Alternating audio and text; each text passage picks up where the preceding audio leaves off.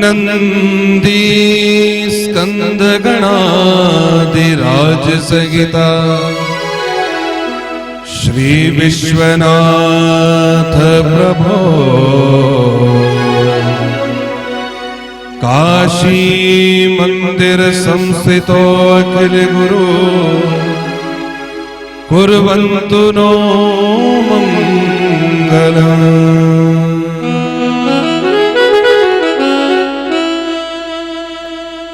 श्री गुरु चरणे सरोज रज निज मन मुकुर सुधारी भरनौ रघुवर विमल जसो जोदायक फलचारी बुद्धिहीन तनु जानिके सुमिरो पवन कुमार बल बुद्धि विद्या देहु मोहि मोरे घर हूँ कलेश विकार।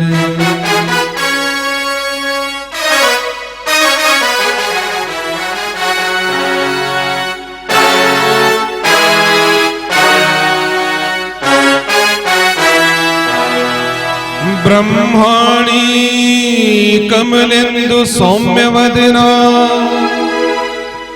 माहेश्वरी लीलया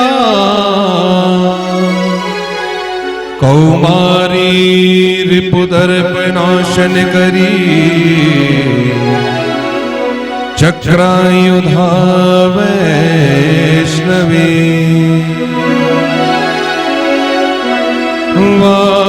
वाराही घन घोर घुर घुर मुके चैन्द्रे च वज्रायुधा चामुंडा गणनाथ रुद्र सहितो रक्षन्तु नो मातरम्।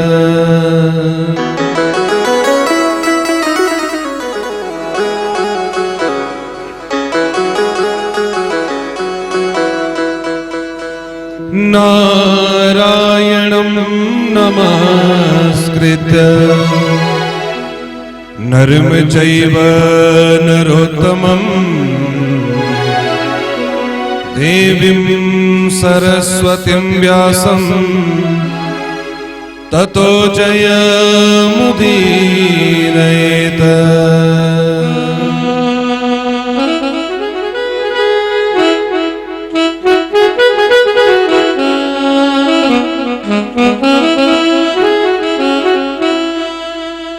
जय जय श्री राधारमण जय जय नवल किशोर जय गोपी चित चोर प्रभु जय जय माखन चोर।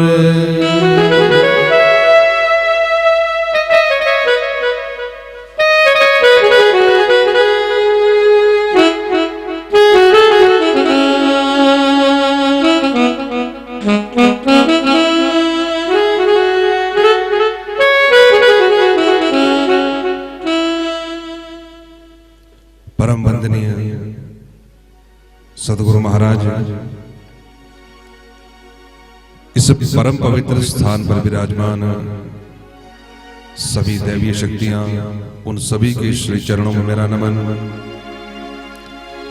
यहाँ के ग्राम देवता स्थान देवता इष्ट देवता सभी के चरणों में मेरा नमन।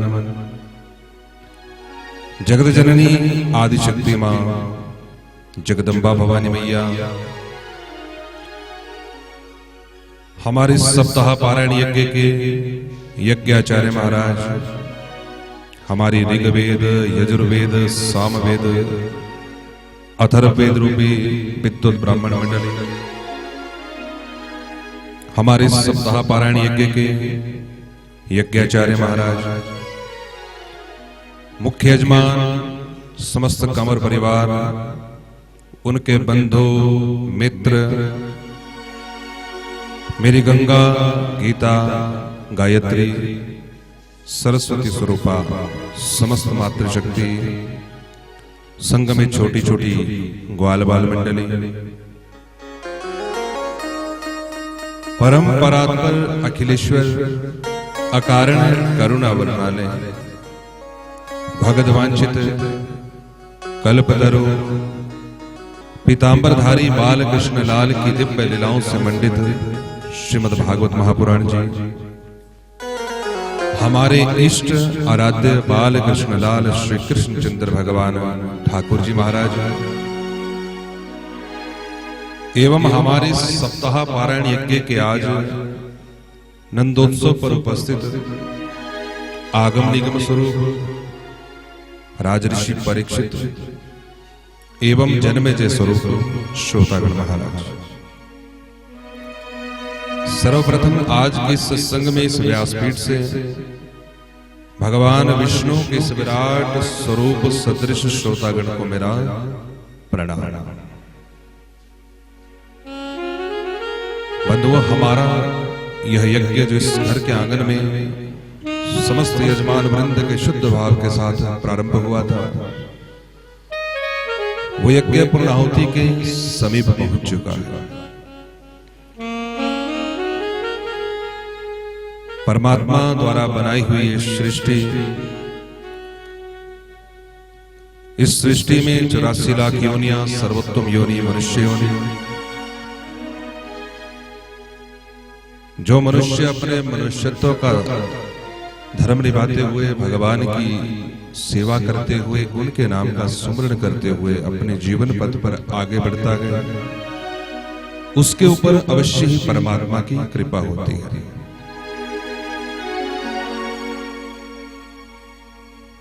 इस संसार में जिसने भी भगवान की भक्ति की, छोटा हो बड़ा हो, अमीर हो गरीब हो, प्रत्येक जीव के ऊपर परमात्मा ने अवश्य ही कृपा की है। प्रश्न उत्पन्न होता है कि भक्ति पथ पर किस प्रकार से चले, मन में एकाग्रता हमारे किस प्रकार से आए, हम किस प्रकार से भगवत चरणारविंद के अनुरागी बने। इस संदर्भ में कहा जाता है कि जो भी जीव अपने मन को धैर्य पूर्वक शुद्ध भाव के साथ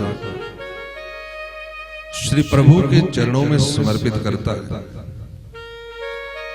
अब जीवन में तटस्थता कैसे आए, किस प्रकार से लक्ष्य के प्रति जीव प्रत्येक स्थिति में इस प्रकार से सक्षम हो कि परमात्मा उसे प्राप्त हो जाए। तो यदि जीवन में तटस्थता सीखनी हो तो वो हम सीख सकते हैं जितने भी पर्वत हैं, पहाड़ हैं, चाहे जिस किसी प्रकार का समय हो, समय की अनुकूलता हो, प्रतिकूलता हो, प्रत्येक स्थिति में वो धैर्य भाव से एक जगह पर ही तटस्थ रहते हैं। चाहे जेठ के महीने की गर्मी हो, चाहे श्रावण मास की बरसात हो, चाहे माघ के महीने की सर्दी का मौसम हो, प्रत्येक स्थिति में स्थिर भाव से रहना ये हम पर्वतों से सीख सकते हैं। लक्ष्य के प्रति एकाग्रता किस प्रकार की होनी चाहिए, यदि ये सीखना हो तो ये हम सीख सकते हैं समग्र जितनी भी हमारी नदियां हैं, क्योंकि नदियों का भाव है, उनका लक्ष्य है समुद्र में जाकर मिलना। जी उनकी राह में जितनी भी अड़चने आए, किसी भी प्रकार की, उनको पार करके वो नदियां समुद्र में जाकर मिल जाती है। तो लक्ष्य के प्रति एकाग्रता वहां से आ सकती है। और यदि अपने जीवन को परिवर्तित करना हो तो उसके लिए सत्संग कहा गया। सत्संग में अनेकों ऐसे उदाहरण मिलते हैं। इस कलिकाल के जो महान पुरुष हुए,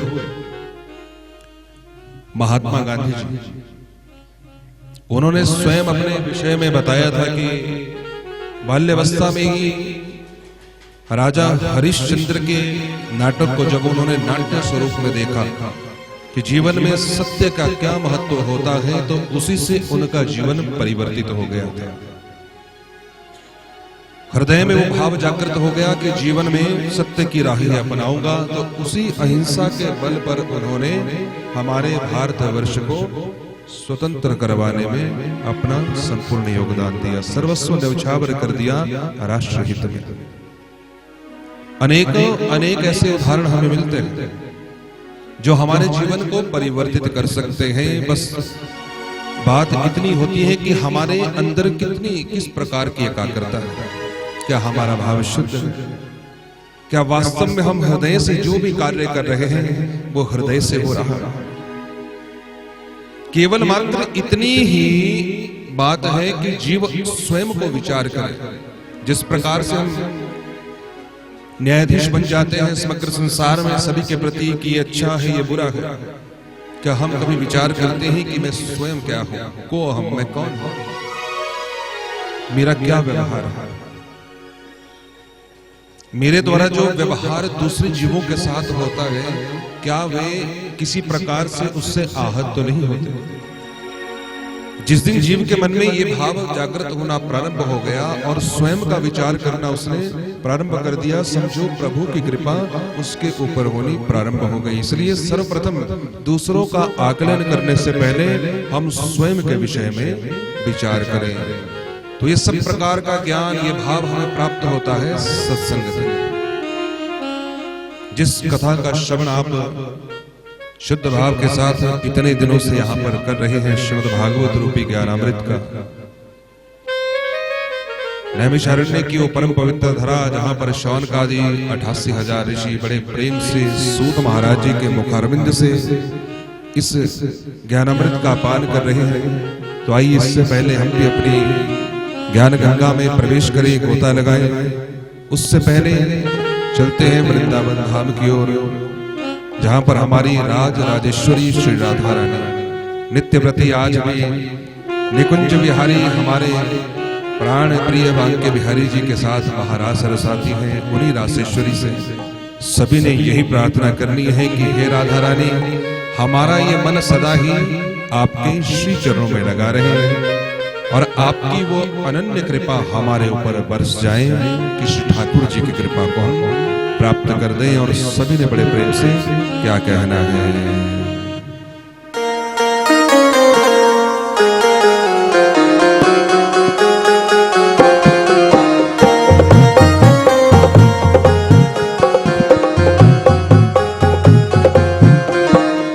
श्री राधिके तोर चरणों में आओ, श्री राधिके तोर चरणों में आओ, श्री राधिके तोर चरणों में आओ, श्री राधिके तोर चरणों में आओ। मन चाह वरदान मन में मैं पाऊं, मन चाह वरदान मन में पाऊं। श्री राधिके तोर चरणों में आऊं, श्री राधिके तोर चरणों में आऊं।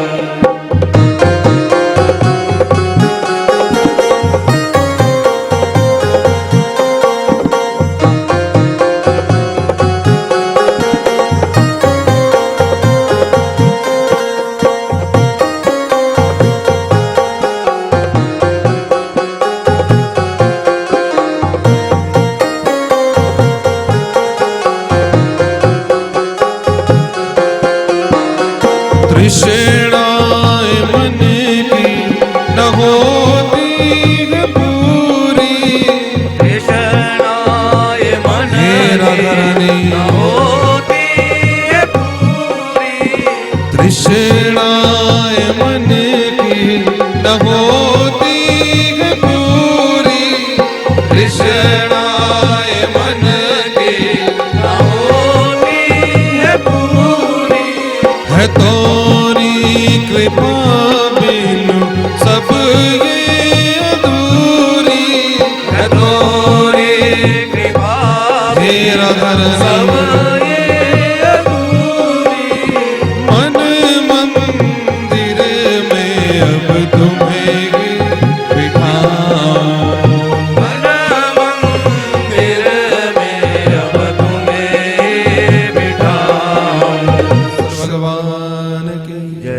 राधा रानी अलबेली सरकार की, बांके बिहारी लाल की। तो भाव यदि शुद्ध हो तो परमात्मा के अवश्य ही हमारे ऊपर कृपा हो जाती है। भाव शुद्ध था शौनकादि 88,000 ऋषि, जो सूत जी महाराज जी के मुखारविंद से उस परम पवित्र नैमिषारण्य की धरा पर इस परम पवित्र गंगा का श्रवण कर रहे हैं। भाव शुद्ध था राजर्षि परीक्षित का, जो बड़े प्रेम से शुकदेव जी के मुख से इस परम पवित्र कथा का श्रवण कर रहे हैं। गत दिवस आपने कथा में श्रवण किया था कि किस तरह से परमात्मा इस धरा का भार हरने के लिए, जो पाप से भार बढ़ गया था, अधर्म जब इस धरा पर बढ़ गया, अभिमान बढ़ गया, अहंकार बढ़ गया, पापी लोग बढ़ गए, तो इस धरा को पाप मुक्त करने के लिए इस संसार में परमात्मा प्रकट हो गए। मां देवकी के सम्मुख कारागृह में भगवान चतुर्भुज रूप से प्रकट हुए। तम अद्भुतम बालकम अंबुजक्षण। कैसा बालक था? अद्भुत। साधारणतः बालक का जन्म होता है, 2 भुजाएं होती हैं, 2 पांव होते हैं। उस बालक के 4 भुजाएं थी। चतुर्भुज रूप से बाल स्वरूप में परमात्मा प्रकट हुए। मां देवकी ने कहा कि पुत्र, हमने आपको शिशु रूप में प्राप्त करने के लिए तप किया था, और प्रभु आप तो परमात्मा ही बनकर आ गए बाल स्वरूप में। महादेव की कहती है कि प्रभु की जय शिशु लीला अति प्रियशीला, यह सुख परम अनुपम। प्रभु शिशु लीला कीजिए। हमने जो पूर्व जन्मों में आपका तप किया था कि आप हमें बाल स्वरूप में प्राप्त हो, हमें आपकी उसी बाल स्वरूप के दर्शन करने। भगवान जी कहते हैं कि मां कहते तो आप भी कहो, परंतु जन्म होते ही कंस मामा जिस प्रकार से मेरे 6 भाइयों को मृत्यु के घाट उतारने के लिए आया, उन्हें मार दिया। तो कहीं ऐसा ना हो मुझे मारने के लिए आए तो मामा को मारने के लिए मैं व्यवस्था करके आया हूं, ये शंख चक्र गदा लेकर आया हूं। इससे पहले कि मामा मुझे मारे, मैं कंस मामा को मार दूंगा। और यदि आप ये चाहते हो कि मैं बाल स्वरूप में बिल्कुल शिशु बनकर, साधारण बालक बनकर आपके सामने आऊं, वैसे तो मैं स्वयं अपनी रक्षा करने के लिए आया हूं, व्यवस्था की है, परंतु यदि मैं साधारण बालक बन जाऊंगा तो आपको मेरी रक्षा करनी पड़ेगी। वसुदेव और देवकी दोनों भगवान से प्रार्थना करते हैं कि देखो प्रभु, हम तो स्वयं की भी सहायता नहीं कर सकते, हमारे तो हाथ पांव में बेड़ियां पड़ी हैं, भला आपको कैसे बचाएं? भगवान जी ने कहा कि ये तो मैं नहीं जानता, यदि मेरे उस शैशव का, शिशु रूप का आनंद लेना है तो मेरी रक्षा तो करनी पड़ेगी। हाँ, इतना बता सकता हूं कि यदि आप मेरे शिशु रूप का आनंद लेना चाहते हैं और आप ये चाहते हैं कि मेरे प्राणों की रक्षा हो, तो आप मुझे यहां से ले जाना गोकुल में। वहां पर नंद बाबा की जो नंद रानी है यशोदा, उसने वहां पर एक कन्या को जन्म दिया है, मुझे वहां पर छोड़ देना और वहां से उस कन्या को लेकर आना। प्रेम से कहिए जय श्री कृष्ण। वसुदेव जी कहते हैं कि प्रभु कहते तो आप ठीक हो, परंतु हमारे तो हाथ पांव में बेड़ियां पड़ी हैं, हथकड़ियां लगी हैं, जंजीरें पड़ी हैं, हम तो इस कारागृह से बाहर भी नहीं निकल सकते। और उस कारागृह से यदि बाहर निकलना हो जिसमें उनको बंद किया गया था, तो 7 दरवाजों को पार करना पड़ता था। कंस ने पूरी व्यवस्था उस कारागृह में की थी।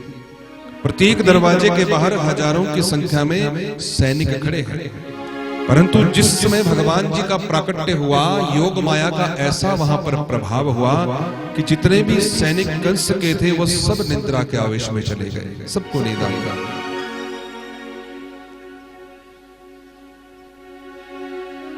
नींद जब सैनिकों को आ गई, इधर भगवान जी का प्राकट्य हो गया, तो वसुदेव जी ने कहा कि हम कैसे जाएंगे, जंजीरें पड़ी हैं। भगवान जी ने कहा कि वो आप चिंता मत करो, मेरा स्पर्श करते ही आपके सब प्रकार से जितने भी मार्ग अवरुद्ध हुए हैं ना, जो रुके पड़े हैं मार्ग, वो स्वतः ही खुल जाएंगे। आप चिंता मत करो, बस आप केवल मात्र इतना कर देना कि मुझे यहाँ से ले जाना और गोकुल नंद बाबा के घर में मुझे रखना, वहां से उस कन्या को लेकर आना।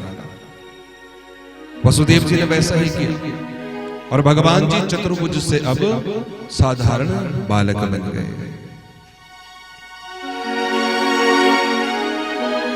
करार विंदेन पदार विंदम मुखार विंदेन विनिवेशयन्तम वटस्य पत्रस्य पुटे शयानम बालम मुकुंदम मनसा स्मरामि।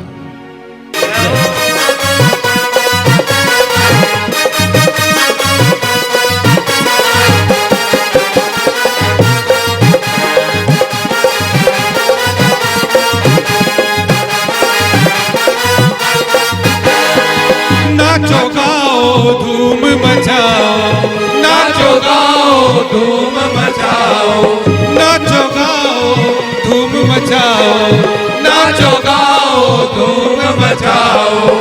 खुशखबरी ये सबको सुनाओ, खुशखबरी ये सबको सुनाओ, खुशखबरी ये सबको सुनाओ, खुशखबरी ये सबको सुनाओ। अज कान्हा ने, अज कान्हा ने, अज कान्हा ने लिया अवतार, गाओ रे बधाई रे।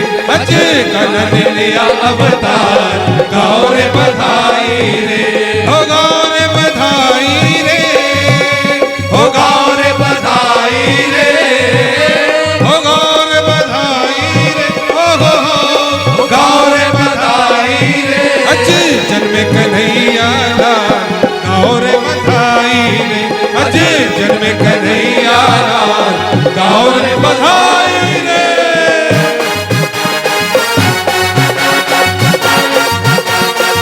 बोलिए भाग्य भरी लाल की, दोनों हाथ ऊपर उठाकर।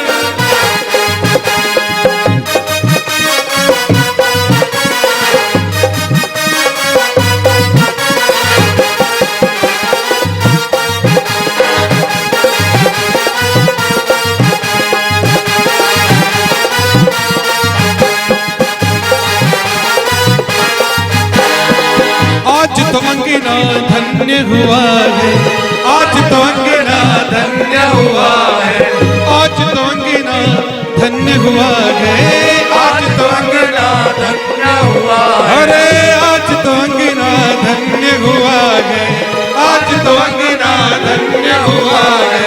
मेरे कृष्ण का जन्म हुआ है, मेरे कृष्ण का जन्म हुआ। सब ताली, सब ताली, सब ताली बजाओ बारे बार, गाओ रे बधाई रे। अजी ताली बजाओ बारे बार, गाओ रे बधाई रे।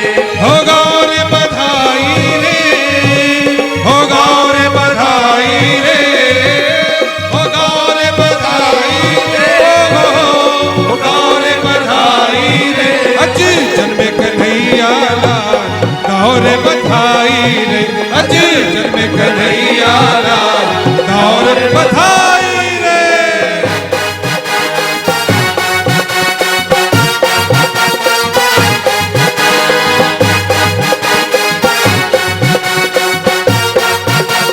बोलिए भाग्य भरी लाल की।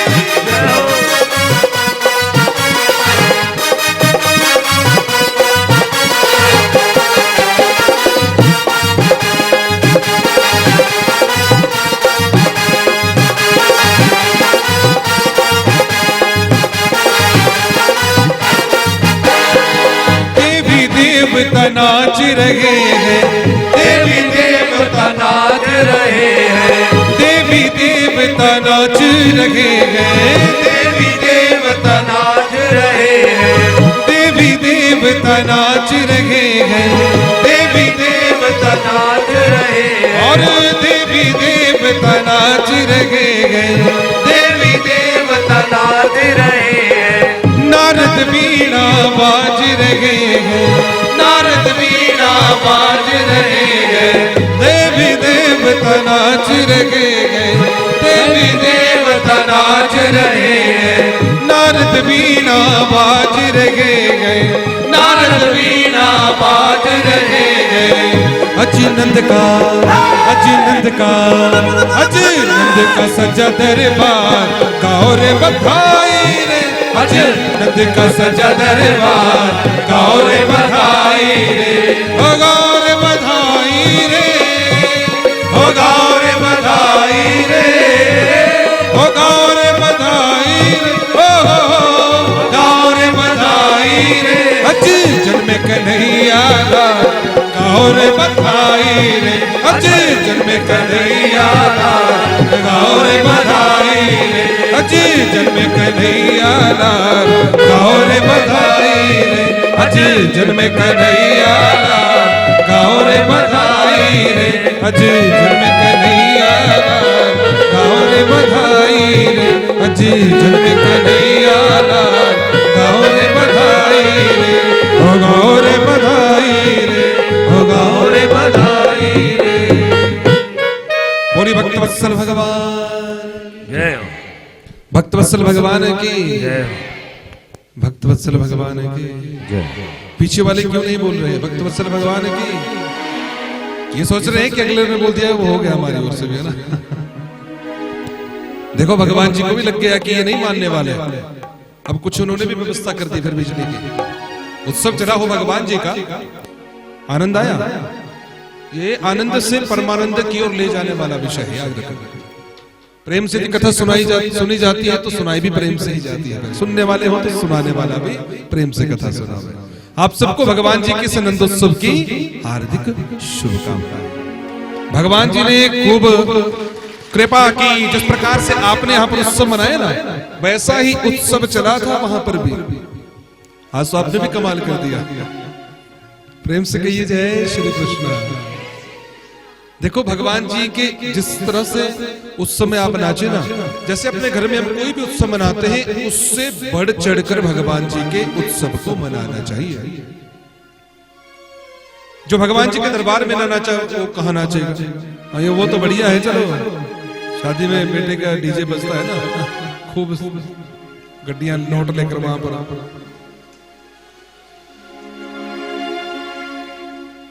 देखो जो साधारण प्रसन्नता में नाचता है, उसे 84 लाख के फेरे में घूमने से कोई बचा नहीं सकता। जो भगवान श्री के दरबार में नाचता है, वो फिर 84 के फेरे में पड़ता नहीं है। इतना ही भेद है बस, केवल मात्र। सब प्रकार से प्रसन्न रहना चाहिए।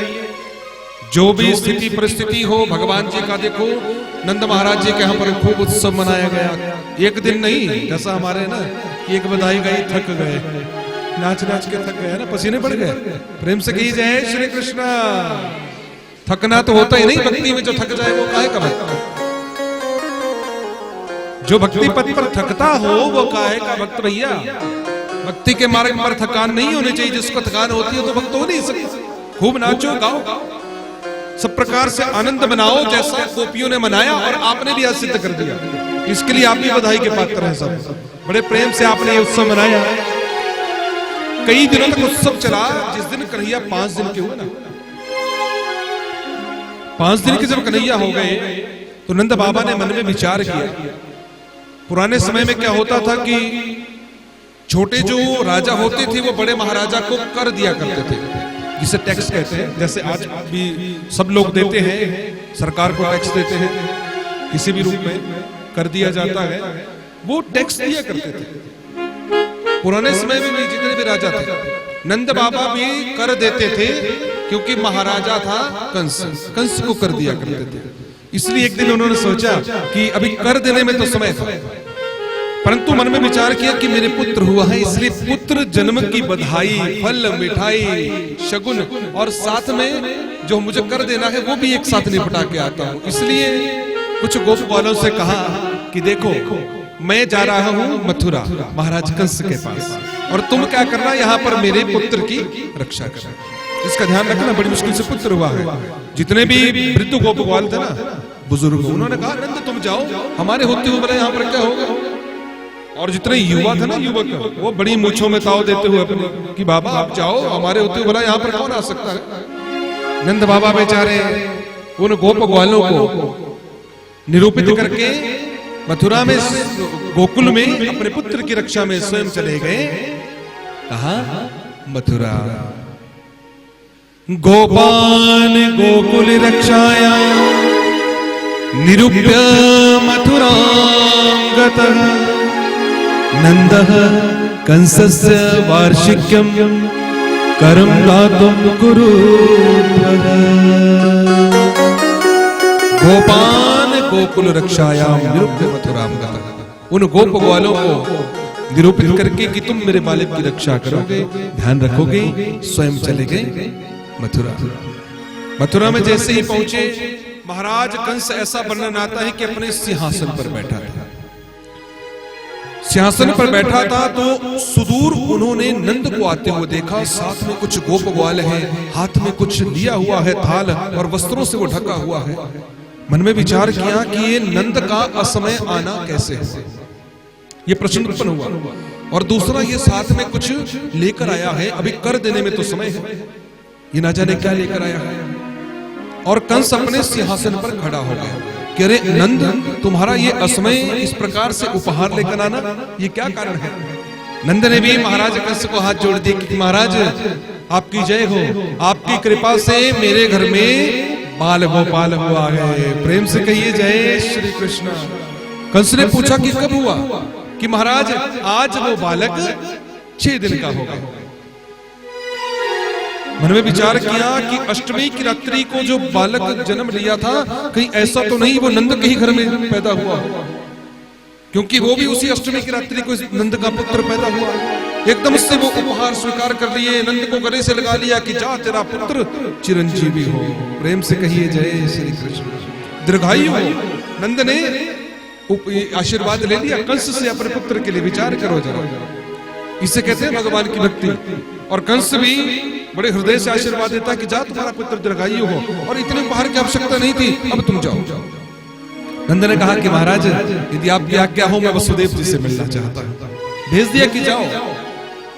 वसुदेव जी से मिलने के लिए नंद जा रहे हैं। देखो, ये आज दोनों भगवान के इस समय दोनों पिता बने हैं संसार।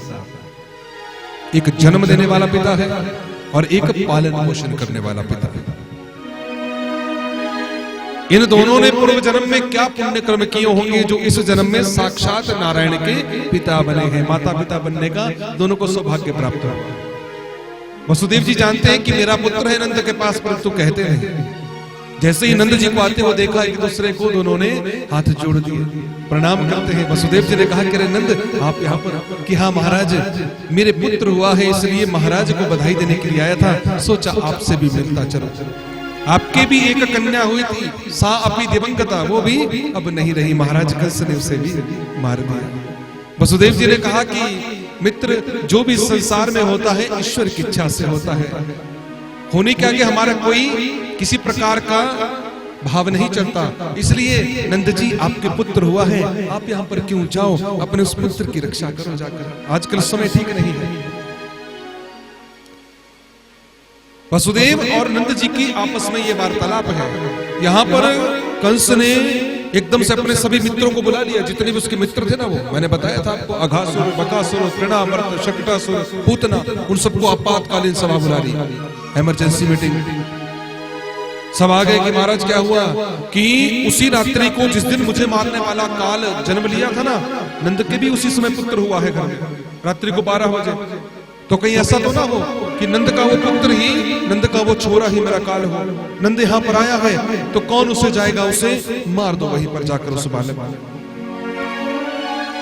पूतना ने कहा, वो बोली बहन थी कंस की, पूतना ने कहा कि भैया मैं जाऊं, चिंता मत करो, छोटा सा बालक है। ये जो पूतना थी, इसका शरीर 12 योजन लंबा चौड़ा था, 12 योजन, 4 कोस का 1 योजन होता है, 4 कोस का 48 कोस लंबा चौड़ा शरीर। विचार करो कितनी विशाल काया ये राक्षसी थी। सा पूतना बाल घातिनी, बच्चों को मारने वाली ये पूतना थी।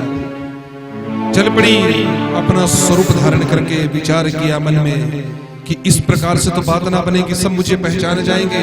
अपना स्वरूप छोटा कर लिया, बिल्कुल साधारण एक गोपी की तरह बन गई, परंतु मुखमंडल की जो बनावट थी उसे कैसे परिवर्तित करें। मुख से सब पहचान जाएंगे राक्षसी की शक्ल, इसलिए राक्षसी की शक्ल में सब पहचान जाएंगे। अब क्या करूं, अब क्या किया, लंबा सा घूंघट काट दिया, उसका उपाय ढूंढ लिया, लंबा घूंघट निकाल लिया, बढ़िया सुंदर वस्त्र पहन के और प्रवेश कर गई नंद बाबा के महल में। जो गोप ग्वाल देख रहे थे ना, जो नंद बाबा से कहते थे कि आप जाओ हम देख लेंगे, बुजुर्ग जो गोप ग्वाल थे बूढ़े, उन्होंने जब उसके बाह्य स्वरूप को देखा, इतने सुंदर वस्त्र पहने हुए, इतनी सुंदर कोई स्त्री घूंघट निकाल कर जा रही है, ना जाने किस बड़े गोप की गोपवधू होगी, इसलिए कुछ कह नहीं पाए।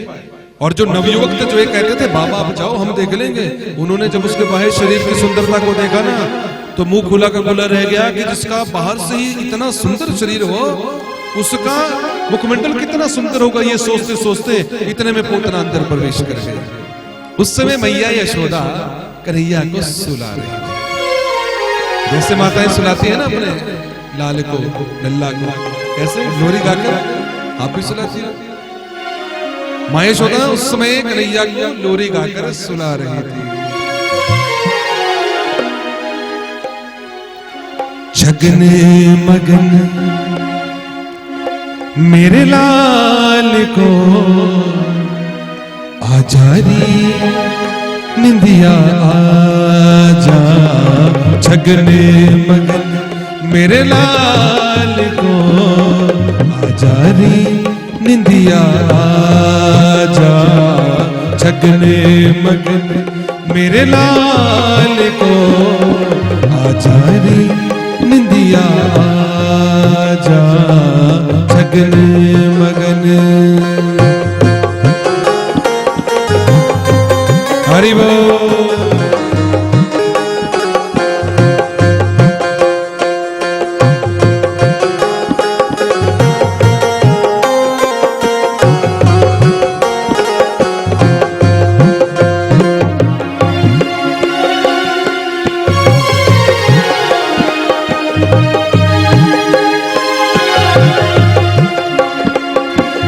तब पूजा पाठ सो विधिना दियो मोगेला,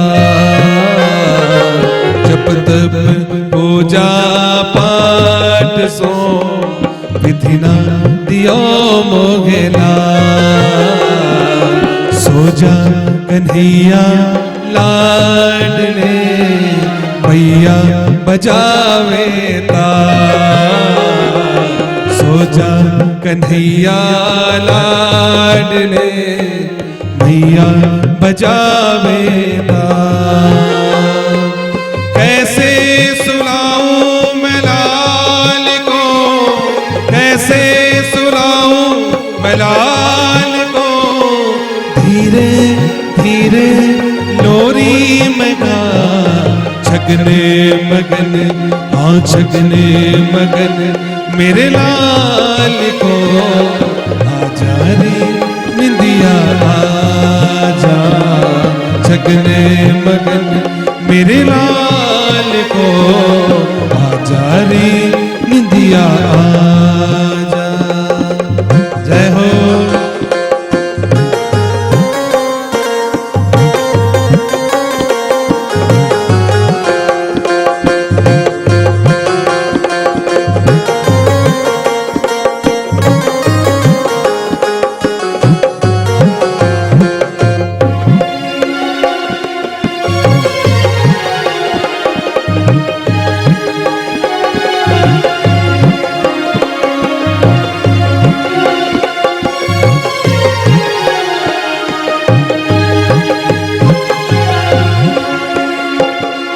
सोवे कन्हैया पालना या की छवि अबीरा, सोवे कन्हैया पालना या की छवि अबीरा, आंगन की शोभा है मेरो मनमोहन घनश्याम, आंगन की शोभा है मेरो मनमोहन घनश्याम, आजा रे निंदिया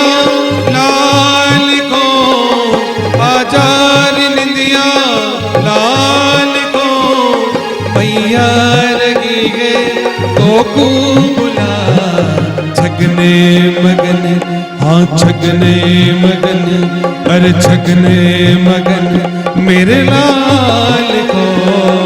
आजा रे निंदिया आजा, चंचल मोहन श्याम के नैननी बीच समा जा। छगने मगन, हाँ छगने मगन, अरे छगने मगन मेरे लाल को। आजा रे निंदिया आजा दो, आजा रे निंदिया आजा दो, आजा रे निंदिया आजा दो, आजा रे निंदिया आजा। बोली भक्तवत्सल भगवान की। माँ यशोदा उस समय कन्हैया को सुला रही थी लोरी गाकर। जब कभी बालक ना सोए ना तो लोरी गाया करो। आती है लोरी, यही लोरी गाती है कन्या, नहीं तो लल्ला लल्ला लोरी तो आती ही होगी। प्रेम से कहिए जय श्री कृष्ण। ये लोरी में जादू होता है, सच में जादू होता है। किसी का बालक कभी ना सोए ना तो लोरी गाओ, उसको सो जाएगा। ये जादू चाहे लोरी का कहो चाहे संगीत का कहो। प्रेम से कहिए जय श्री कृष्ण। संगीत में भी वो शक्ति होती है कि मंत्र मुग्ध कर देता है, निंद्रा को बुला देता है। यहां पर कन्हैया को नींद आ गई और पूतना वैसे ही प्रवेश कर गई माँ यशोदा के कक्ष में, और जाते ही कहने लगी, घूंघट तो लंबा निकाला था, अरे मैया यशोदा तुम्हें खूब बधाई हो पुत्र जन्म की, लल्ला के जन्म की खूब बधाई हो। मैया ने सोचा कि ना जाने कौन आ गई, पहचाना तो नहीं था, ना जाने ये कौन है। इसलिए मन में ये विचार करने लगे, यदि इससे परिचय पूछूंगी तो ये कहेगी कि देखो इसके पुत्र क्या हुआ, ये तो सबकी जान पहचान ही भूल गई। पुत्र क्या हुआ, सबकी जान पहचान भूल गई। इसलिए मैया ने कहा कि रे गोपी तुम्हें भी बधाई हो। विचार कर लिया कि जान पहचान में ही कोई होगी जो यहां पर आई, इसलिए कह दिया गोपी तुम्हें भी बधाई हो कि मैया मैं तो तेरे लल्ला के दर्शन करने के लिए आई हूँ। कि ले गोपी कर ले, कि नहीं मैया मैं थोड़ी देर के लिए नहीं, मैं तो पूरे दिन के लिए आई हूँ, पूरा दिन तेरे कन्हैया के साथ खेलूंगी। और जब मैया ने ये कहा, मैया ने ये सुना कि पूरे दिन के लिए आई है, मैया भी प्रसन्न होगी कि ये तो बढ़िया बात है। मेरे घर में तो वैसे भी बहुत सारा काम अभी रुका पड़ा है, इसलिए मैं घर का काम कर लेती हूँ, तब तक तुम बड़े प्रेम से कन्हैया के साथ खेलो। अब जो पूतना गोपी बनकर आई थी वो कन्हैया के साथ बैठ गई, मैया चली गई वहां से, और पूतना ने कन्हैया को अपनी गोदी में ले लिया। प्रेम से कहिए जय श्री कृष्ण। जैसे ही पूतना ने गोदी में लिया कन्हैया को, मन में विचार करने लगी, जैसे ही कन्हैया के मुखमंडल के दर्शन हुए, कह रहे ये है वो कृष्ण, ये है वो कन्हैया जो मेरा कंस भैया कहता है कि उसे मारने वाला ये इतना ये क्या मारेगा। पूतना ने अपने स्तनों के ऊपर विष लगाया कि अपना स्तनपान करवाऊंगी, अपना दूध पिलाऊंगी, और जैसे ही उस स्तन का पान करेगा उस विष को चखते ही इस बालक की मृत्यु हो जाएगी। कालकूट नाम का विष लगा कर गई थी अपने स्तनों के ऊपर। कह रही है कि अरे पुत्र यदि तू परमात्मा भी है ना तब भी तू आज नहीं बचेगा, मैं भी पूतना हूं। और वो पूतना अपना दूध पिलाने लगी कन्हैया को। कन्हैया ने जोर से आंखें बंद कर ली। पूतना मन में विचार करने लगी कि भैया कहता है कि ये उनका काल है, ये तो मेरा मुखमंडल देखकर मुझसे ही डर गया, ये कहां से परमात्मा हो सकता है, उनका काल हो सकता है, साधारण बालक है, मेरी शक्ल देखकर ही डर गया। स्तनपान करवाने लगी पूतना। कन्हैया ने कहा कि मैं तो सब प्रकार से प्रसन्न रहता हूं, जिस प्रकार से मेरा भक्त चाहता है ना तो मैं उस प्रकार से रहता हूं। अब पूतना तुम आई हो स्तनपान करवाने, माता स्वरूप में आई हो, इसलिए अवश्य स्तनपान करूंगा, तुम्हारी इच्छा की पूर्ति करूंगा। और अब कन्हैया उस पूतना का दूध पीने लगे। प्रेम से कहिए जय श्री कृष्ण। जब थोड़ी देर हो गई ना, पूतना ने देख लिया कि विष उसके मुख में लग गया होगा, तो वो कहने लगी सा मुंच मुंचालमिति प्रभाषिणी। मुंच कहते हैं संस्कृत भाषा में छोड़ने को, छोड़ दे छोड़ दे। पुत्र छोड़ दे, बहुत हो गया तेरे लिए। कन्हैया कहते हैं कि देख पूतना, एक तो हम किसी को पकड़ते नहीं और जिसको पकड़ते हैं उसको फिर छोड़ते नहीं। प्रेम से कहिए जय श्री कृष्ण। ये सिद्धांत है परमात्मा का। कन्हैया कहने लगे पूतना से कि एक तुम किसी को पकड़ते नहीं और जिसको पकड़ लेते हैं उसको फिर छोड़ते नहीं।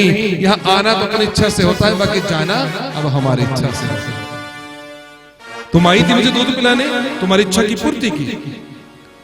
पूतना ने देख लिया कि ये कोई साधारण बालक नहीं है। एक घड़ी हुई भगवान जी उसके प्राणों को ही खींचने लगे। पूतना ने देख लिया कि अब मैं न बचूंगी और उसने अपना विराट वो स्वरूप धारण कर लिया। कन्हैया भी छाती के ऊपर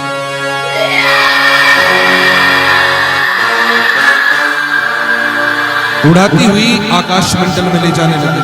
सभी गोपियां दौड़ी, अरे ले गई ले गई ले गई ले गई। कोई राक्षसी कन्हैया को ले गई। माँ यशोदा भी दौड़ी, बेचारी कौन ले गई? देखा कि रे वो तो कोई राक्षसी थी, ना जाने मेरे पुत्र का क्या होगा। भगवान जी ने उसके प्राणों को हर लिया और कंस का एक बहुत बड़ा बागीचा था, उधर उसे फेंक दिया। प्रेम से कहिए जय श्री कृष्ण। मरा हुआ उसका शरीर, मृत देह, उसके लिए व्यवस्था कर दी लकड़ियों की भी।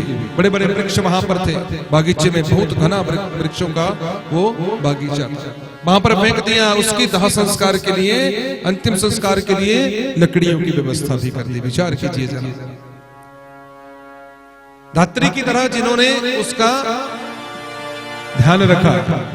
धात्री उचिताम ततो अन्यम कंबा दयालुम शरणम व्रजेम। जो सदगति माँ यशोदा माँ देवकी को बाद में मिलेगी, उस पूतना को घड़ी भर में प्रदान कर दी।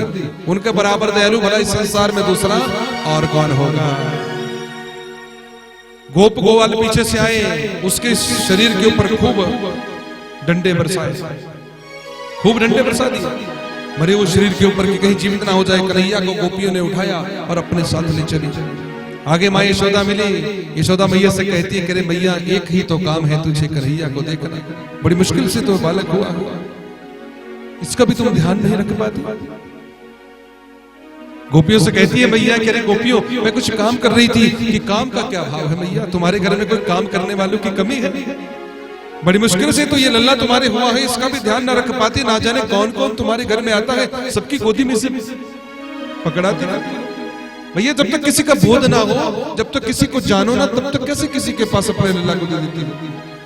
मैया ने कहा कि अरे क्या करती, वो गोपी बनकर आई थी कि मैया मुखमंडल तो सबको तुम पहचानती हो। कैसे पहचानती? लंबा घूंघट निकाल रखा था, इतना लंबा कि मैया जो भी हो, जब तक किसी के बारे में सही प्रकार से जानकारी ना हो, कन्हैया को किसी के पास मत देना। वापस लेकर कन्हैया को आए, गोमूत्र गोबर इत्यादि से पंचगव्य से कन्हैया का स्नान करवाया गया, शरीर शुद्ध किया गया, नजर उतारी गई, मोर पंख से कन्हैया की। इंद्रियाणि हृषिकेशम।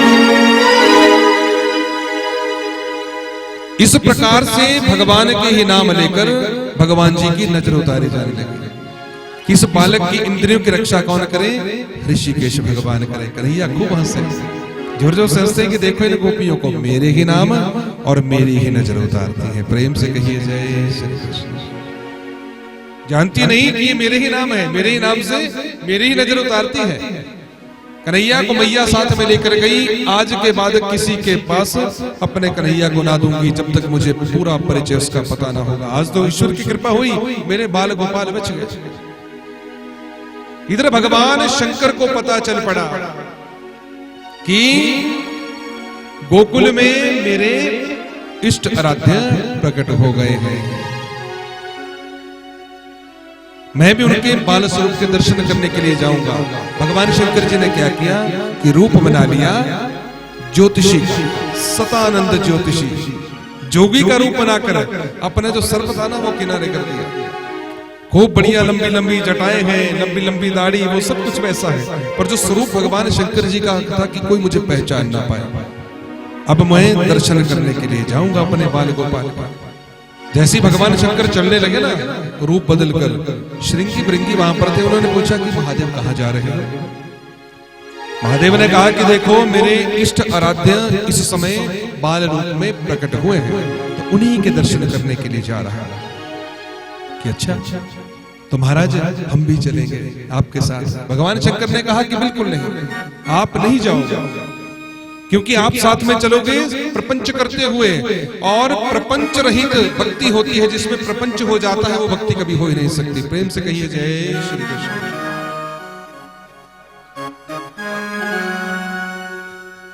किसी भी प्रकार का प्रपंच जिस भक्ति में होता हो वो भक्ति हो ही नहीं सकती। भगवान शंकर ने कहा कि श्रृंगी भृंगी तुम्हें हम नहीं ले जाएंगे, चाहे जो भी कभी।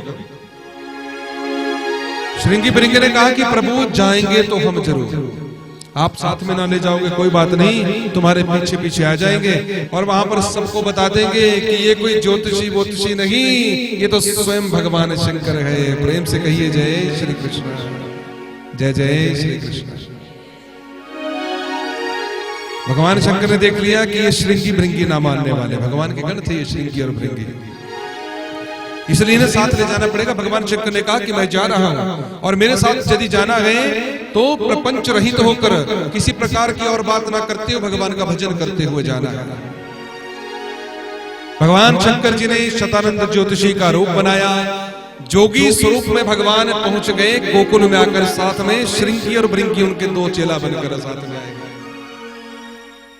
जैसे ही नंद महल के बाहर पहुंचे, वहां पर जैसे ही अलख जगाया, गोपियां आई। अब भगवान का प्राकट्य वहां पर हुआ है। नंद बाबा और यशोदा बड़ी मुश्किल से उनके संतान हुई है। हमने कहा था कि खूब दान लुटाते हैं नंद बाबा और यशोदा। गोप गोपियों से कहा है जो वहां पर उनके महल में रहते हैं कि कोई भी हमारे हाथ से खाली ना जाए, अन्न धन वस्त्र जो कुछ कोई मांगता है उसे दे दो। जैसे ही भगवान शंकर ने अलख जगाया तो एक गोपी अंदर से आई, बाबा को प्रणाम किया, आदर सहित कहा कि बाबा बैठो, और अंदर गई। मां यशोदा से कहा कि बाहर कोई महात्मा आए हैं, जोगी आए हैं। भैया ने कहा कि जो भी अन्न धन वस्त्र चाहिए इन्हें दे दो। भर के थाल गोपी बढ़िया अन्न का, साथ में कुछ एक थाल धन का, कुछ वस्त्र, सब कुछ लेकर गई कि लो बाबा।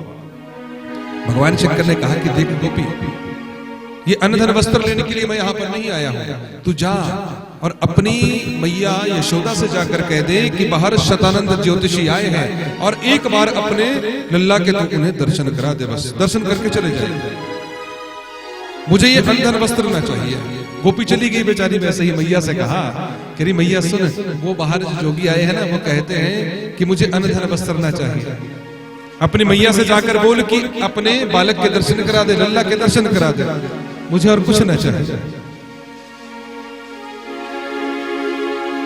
मां यशोदा ने जब बात सुनी कि जरा देखो तो सही कौन ज्योतिषी है, जैसे ही बाहर आई ना और महल से ऊपर से देखा, बाहर जोगी का स्वरूप, बड़ी बड़ी जटाएं, बड़ी बड़ी दाढ़ी, भस्म रमाए हुए, काला वर्ण।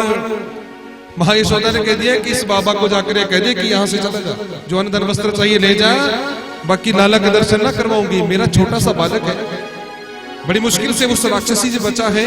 ये भी देखो, ये जो बाबा आया है कितना इसका भयंकर स्वरूप है, इसके मुखमंडल को देखकर तो ना जाने मेरे पुत्र का क्या हो जाएगा। प्रेम से कहिए जय श्री कृष्ण। गोपी आई, बाबा से कहा कि बाबा ऐसा है कि यदि तो चाहिए अन्न धन वस्त्र तो ले लो, अन्यथा लाला के दर्शन होना तो बड़ा कठिन कार्य है। बाबा ने कहा कि क्यों गोपी? कि मैया मना करती है, तुम्हारा ये जो स्वरूप है ना इतना डरावना, इतनी बड़ी बड़ी तुम्हारी आंखें, इतना बड़ी बड़ी तुम्हारी ये जटाएं, इतना तुम्हारा ये काला वर्ण, ऊपर से ये भस्म रमाए हुए शरीर में, मैया कहती है मेरा लाला डर जाएगा, इसलिए दर्शन तो नहीं होंगे। बाबा ने कहा कि मैया से बोल जाकर कुछ नहीं होता। गोपी गई, मैया ने मना कर दिया। बाबा ने कहा कि मैया को जाकर ये कह दे कि कुछ नहीं होता। अब मैया कहां सुने, और मैया ने दरवाजा बंद कर दिया। प्रेम से कहिए जय श्री कृष्ण।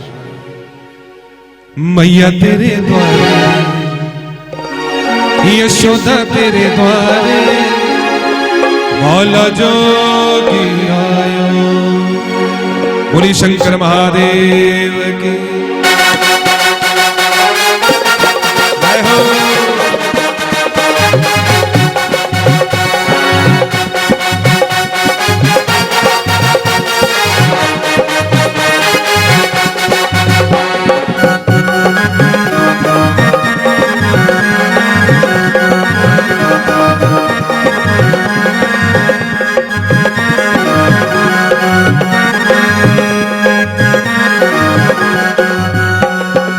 मैया तेरे द्वारे यशोदा तेरे द्वारे मैया तेरे द्वारे यशोदा तेरे द्वारे बाल जोगी आयो हो मैया बाल जोगी आयो मैया तेरे द्वारे यशोदा तेरे द्वारे मैया तेरे द्वारे यशोदा तेरे द्वारे बाल जोगी आयो हो मैया बाल जोगी आयो। जय हो। दोनों हाथों को ऊपर उठाकर ये हरि और हर के मिलन की कथा है। जय हो।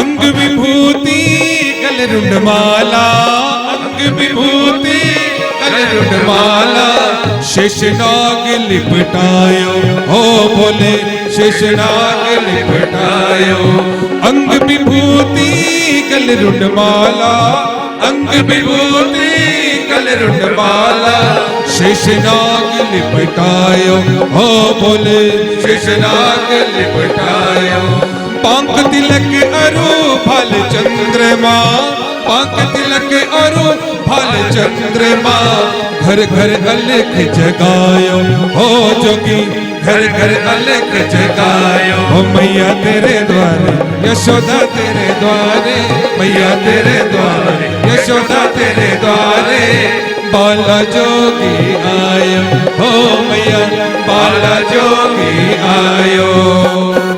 दोनों हाथ ऊपर उठाकर जय हो।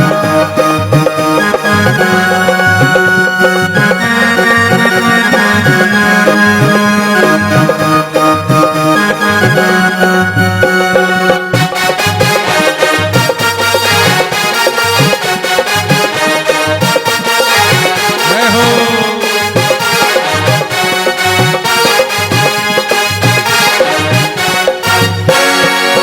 लेकर भिक्षा चली नंदरानी लेकर भिक्षा चली नंदरानी लेकर भिक्षा चली नंदरानी लेकर भिक्षा चली नंदरानी कांचन थाल सजायो ओ मैया कांचन थाल सजायो लेकर भिक्षा चली नंदरानी लेकर भिक्षा चली नंदरानी कांचन थाल सजायो हो मैया कांचन थाल सजायो लो भिक्षा जोगी जाओ आसने पर लो भिक्षा जोगी जाओ आसने पर हाँ लो भिक्षा जोगी जाओ आसने पर लो भिक्षा जोगी जाओ आसने पर मेरो बाल डरायो हो जोगी मेरो बाल डरायो हो मैया तेरे द्वारे यशोदा तेरे द्वारे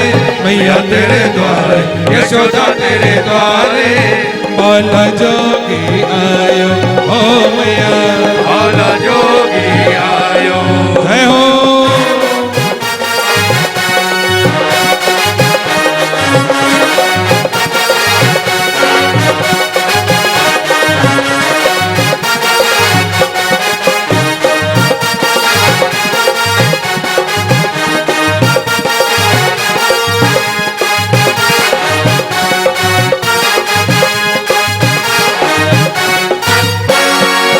ना चाहिए तेरी दौलत दुनिया ना चाहिए तेरी दौलत दुनिया ना चाहिए तेरी दौलत दुनिया ना चाहिए तेरी दौलत दुनिया ना ये कांचन माया हो मैया ना ये कांचन माया हरे ना चाहिए तेरी दौलत दुनिया ना चाहिए तेरी दौलत दुनिया ना ये कांचन माया हो मैया ना ये कांचन माया अपने बालक का दर्श करा दे अपने बालक का दर्श करा दे मैं तो दर्शनानु आया हो मैया मैं तो दर्शनानु आया हो मैया तेरे द्वारे यशोदा तेरे द्वारे, मैया तेरे द्वारे, यशोदा तेरे द्वारे, बाला जोगी आयो हो मैया, बाला जोगी आयो हो मैया तेरे द्वारे, यशोदा तेरे द्वारे, मैया तेरे द्वारे, यशोदा तेरे द्वारे, बाला जोगी आयो हो मैया, बाला जोगी आयो। जय हो, दोनों हाथ ऊपर उठाकर जय हो।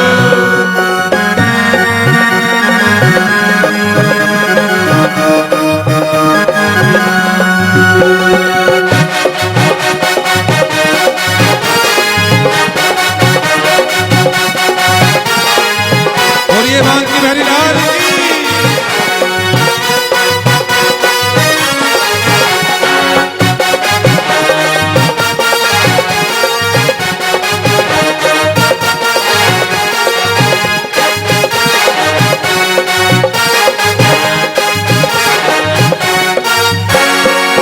पंचवीर परिक्रमा करके, पंचवीर परिक्रमा करके, पंचवीर परिक्रमा करके, पंचवीर परिक्रमा करके, श्रृंगीनाद बजायो हो बोले, श्रृंगीनाद बजायो, सुर श्याम बलि हर कन्हैया, सुर श्याम बलि हर कन्हैया, जुग जुग जियो तेरो जायो हो मैया, जुग जुग जियो तेरो जायो हो मैया तेरे द्वारे, यशोदा तेरे द्वारे, मैया तेरे द्वारे, यशोदा तेरे द्वारे, बाला जोगी आयो हो रे मैया, बाला जोगी आयो हो मैया तेरे द्वारे, यशोदा तेरे द्वारे, मैया तेरे द्वारे, यशोदा तेरे द्वारे, बाला जोगी आयो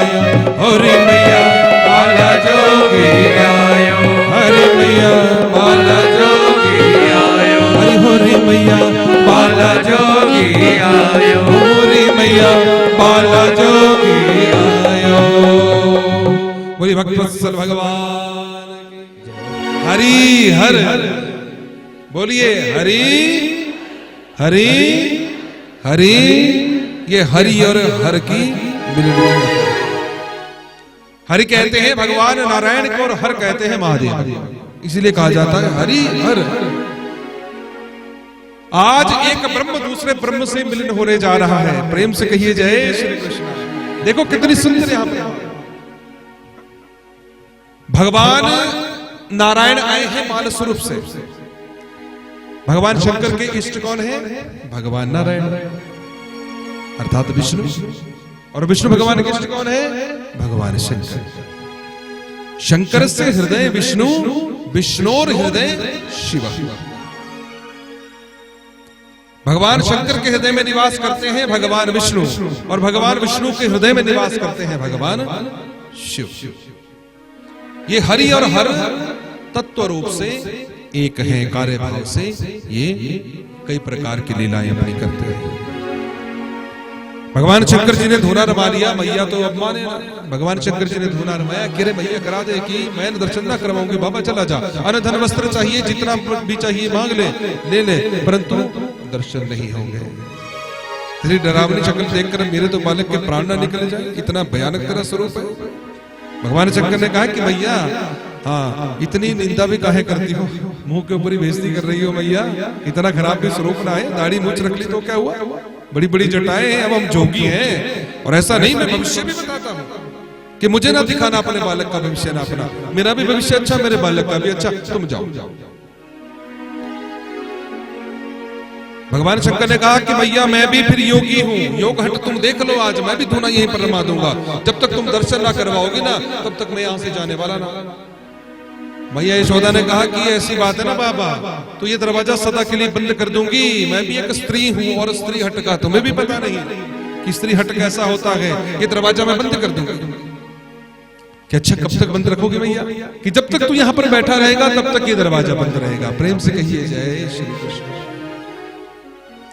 जब तक तू यहाँ पर बैठेगा तब तक ये दरवाजा बंद रहेगा। भगवान शंकर ने कहा तो मैया मैं भी तब तक ना जाऊंगा जब तक तू अपने लाला को बाहर ना निकालती। कि मैं निकालूंगी नहीं, कि मैंने भी धूना रमा दिया, किरमाता रहे, मैं इस दरवाजे को बंद कर रही हूं, मैं कभी खोलूंगी ही नहीं। ऐसे 50 दरवाजे और हैं मेरे घर में। तुम क्या समझते हो बाबा कि एक ही दरवाजा है, इस दरवाजे को कभी खोलूंगी ना, दूसरे दरवाजे से कन्हैया को बाहर निकाल। मैया चली गई अंदर। भगवान शंकर जी बेचारे मन में विचार करें कि अब क्या करूं, मैया के आगे तो एक ना चल रही कोई। दर्शन भी करने थे प्रभु आपके बाल रूप के, ना जाने जन्म जन्मांतर से कब से मैं भी आपके इस बाल स्वरूप के दर्शन के लिए तरस रहा हूं। बाल स्वरूप में मेरे परमात्मा कैसे लगते हैं, अब क्या करूं, आप ही कुछ कर सकते हो। प्रभु का ध्यान किया। इधर कन्हैया ने अंदर क्या किया, आज कन्हैया में रो रहे हैं तो रोते ही जा रहे हैं।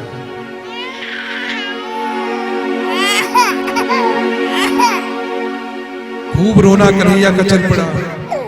जितनी भी गोपियां थी ना, उन्होंने बड़ा प्रयास किया कि कोई कुछ हो सकता है, कोई पेट में दर्द हो गया तो पेट दर्द की कोई दवाई देते हैं।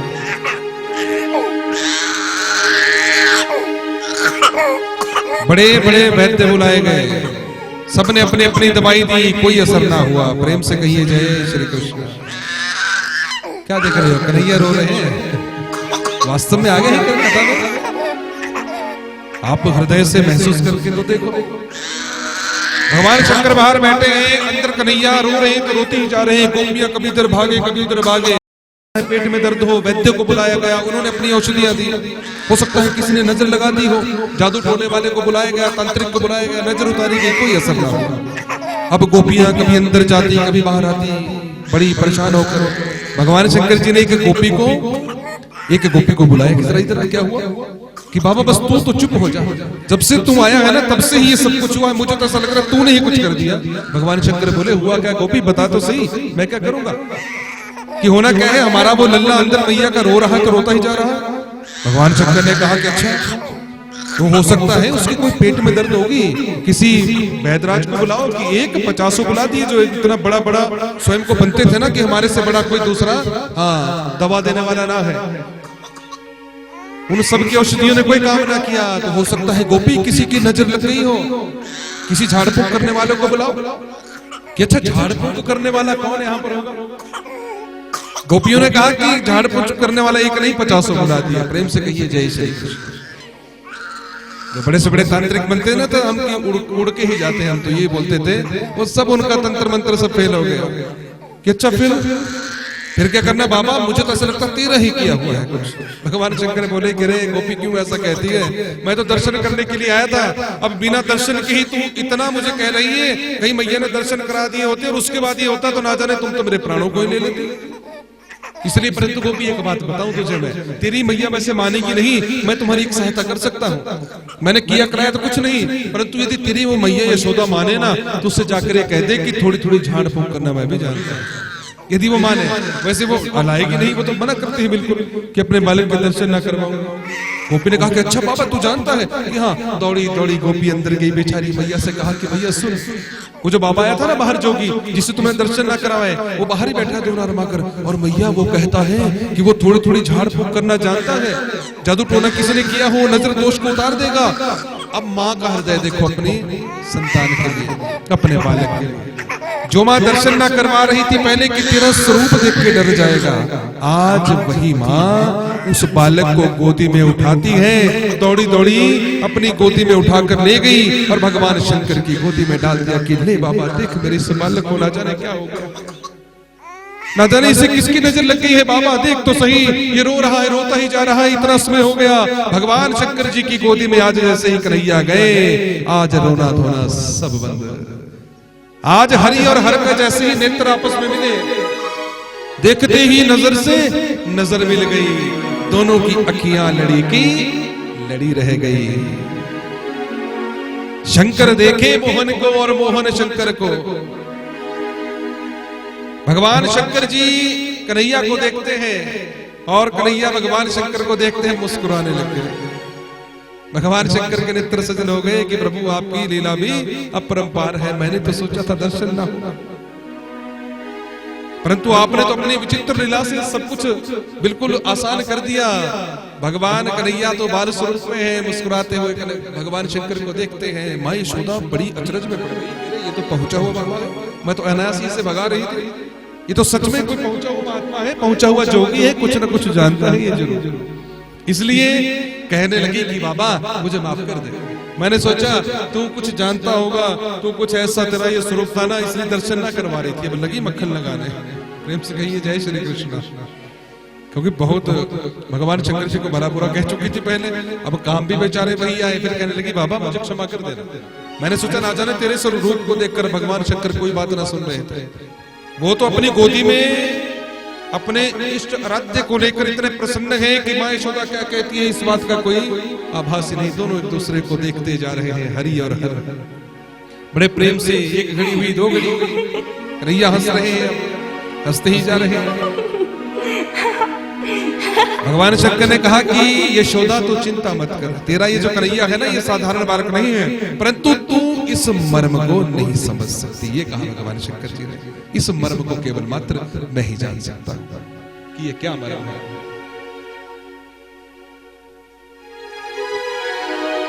भगवान शंकर जो थे उन्होंने कह दिया यशोदा से कि देखिए यशोदा तेरा ये जो बालक है ये साधारण नहीं है, तो चिंता मत कर, ये सब प्रकार से सबके दुखों को हरने वाला होगा।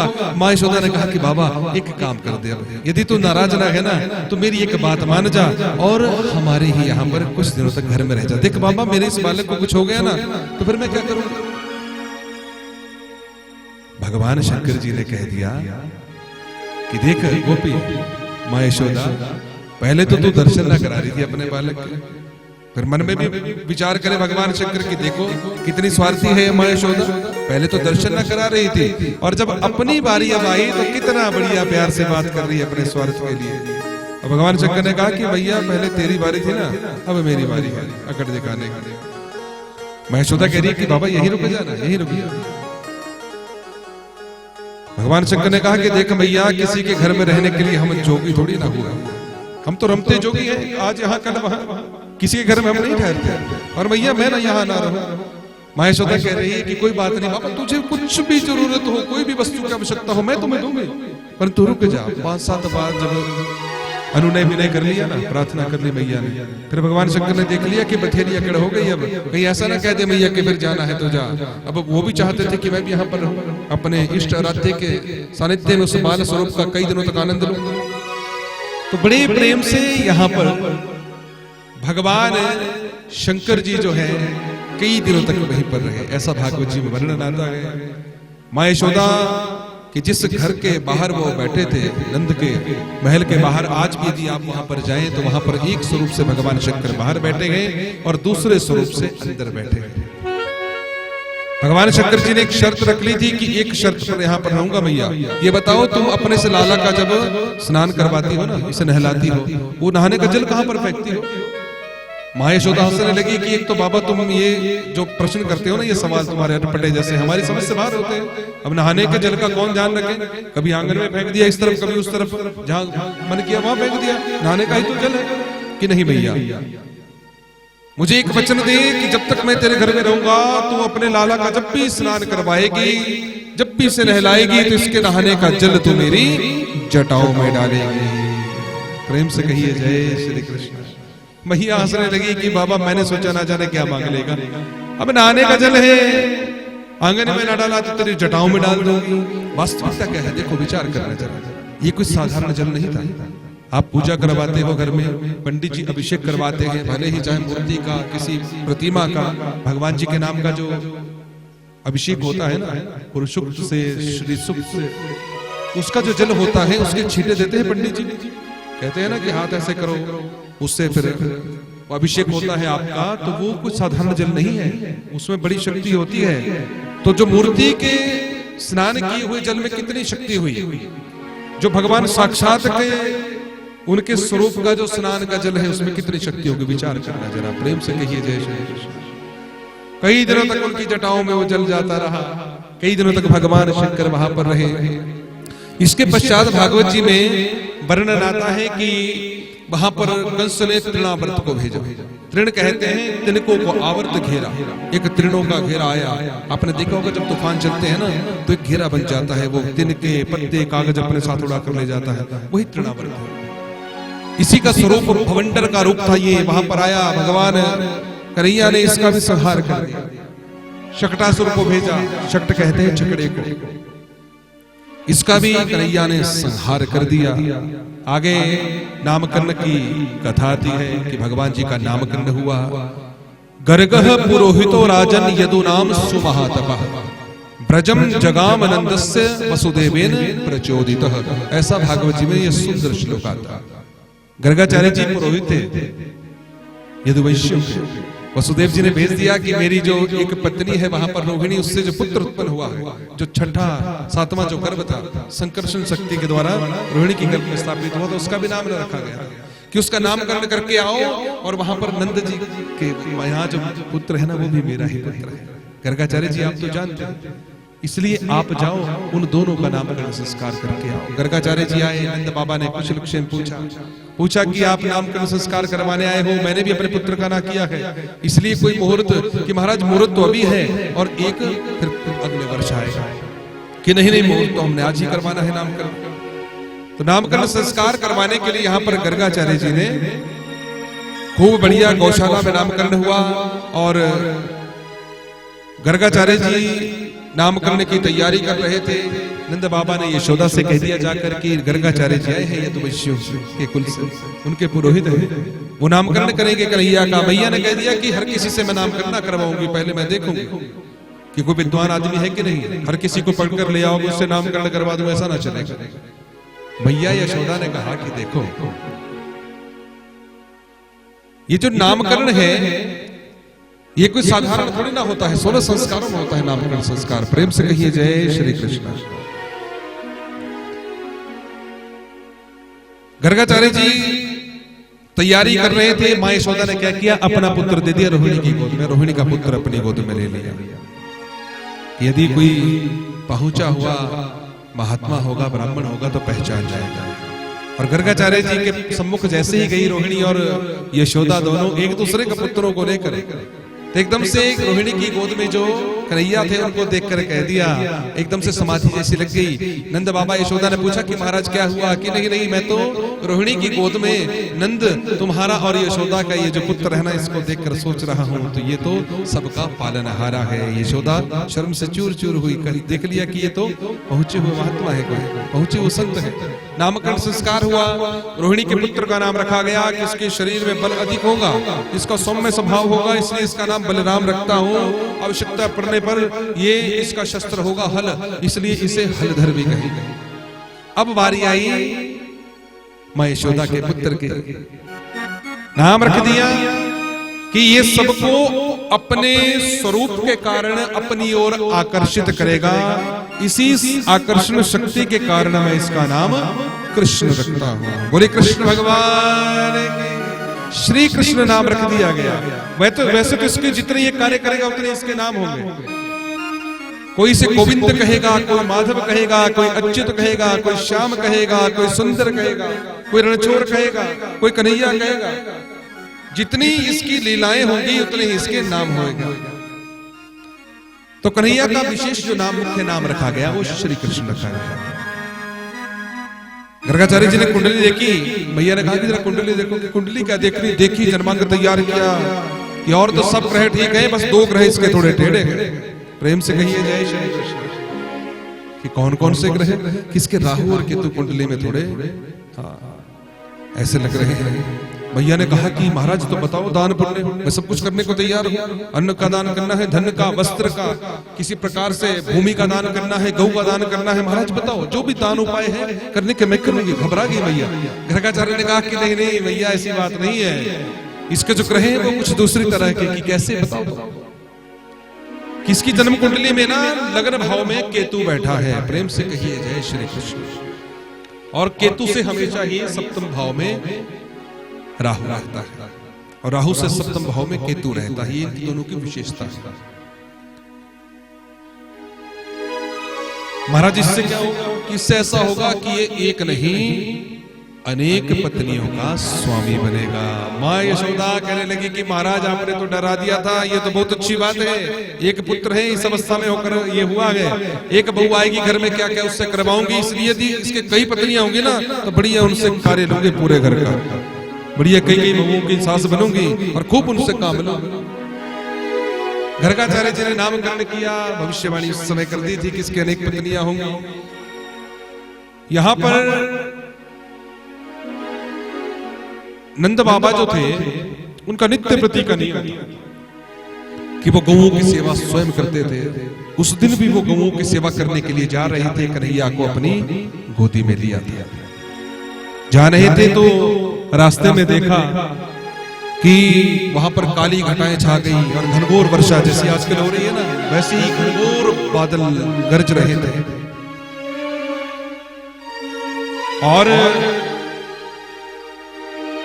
जैसे ही आधे रास्ते में पहुंचे वहां पर जाकर वर्षा होनी प्रारंभ हो गई। मन में विचार करें कि यदि गौओं को बांधने के लिए जाता हूं तो कन्हैया को कहां पर रखूं, और कन्हैया को घर छोड़ने जाता हूं तो गौएं बेचारी भीग जाएंगी, इसलिए कुछ भी नहीं चाहते, क्या करूं। इतने में क्या हुआ कि वहां से एक सुंदर सुंदर सी कन्या सामने से आई, बहुत सुंदर कन्या थी। उसको पूछा कि रे पुत्री तुम कौन हो और कहां से आई हो, कहां तुम्हारे घर है। नंद बाबा ने पूछ लिया, और मुझे तुम जानती हो।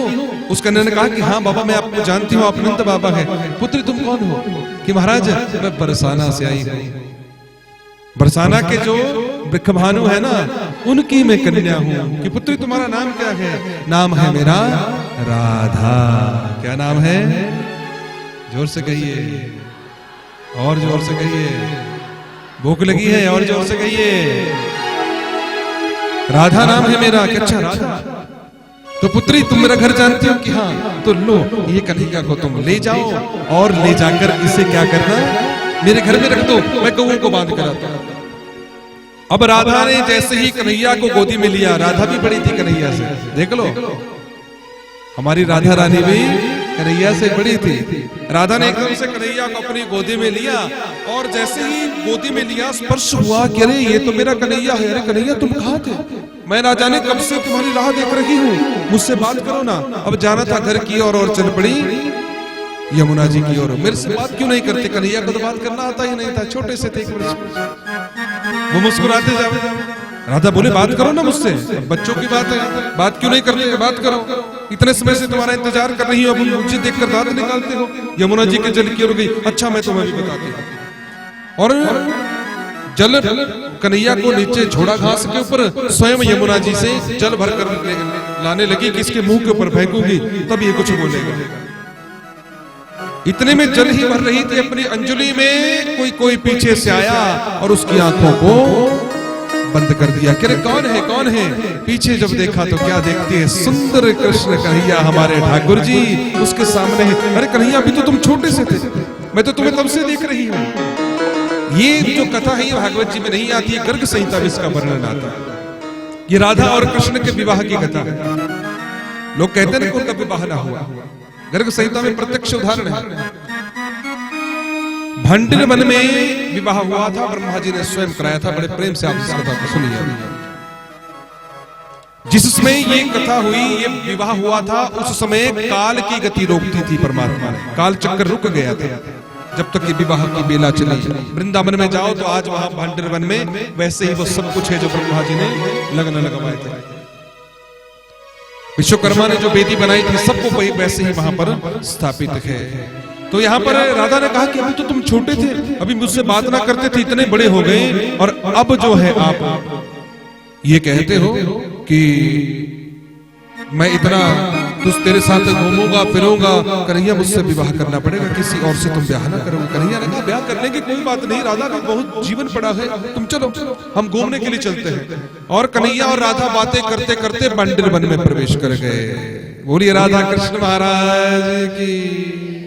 जैसे ही भंडिर वन में प्रवेश किया, आगे जब गए तो वहां पर कोई शादी हो रही थी, ब्याह हो रहा था।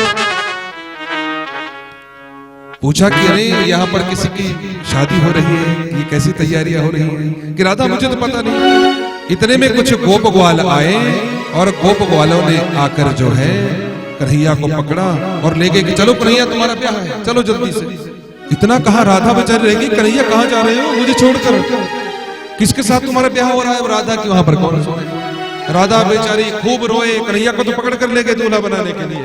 राधा बेचारी खूब रोने लगी। अरे कन्हैया तुमने कहा था मेरे साथ ब्याह कर, ना जाने किसके साथ ब्याह करने के लिए चले गए, खूब रोती भी लगती है, आंखों से अविरल अश्रुधारा निकलती हुई।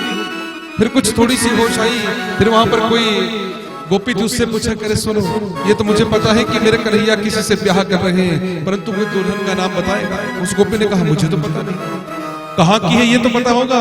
कि हाँ, ये कहते हैं कि कोई बरसाने की छोरी है। कि बरसाने की, राधा मन में विचार करे, बरसाने में ऐसी कौन होगी जो मेरे सिवा कन्हैया से ब्याह करेगी, मैं उसे छोड़ूंगी ना।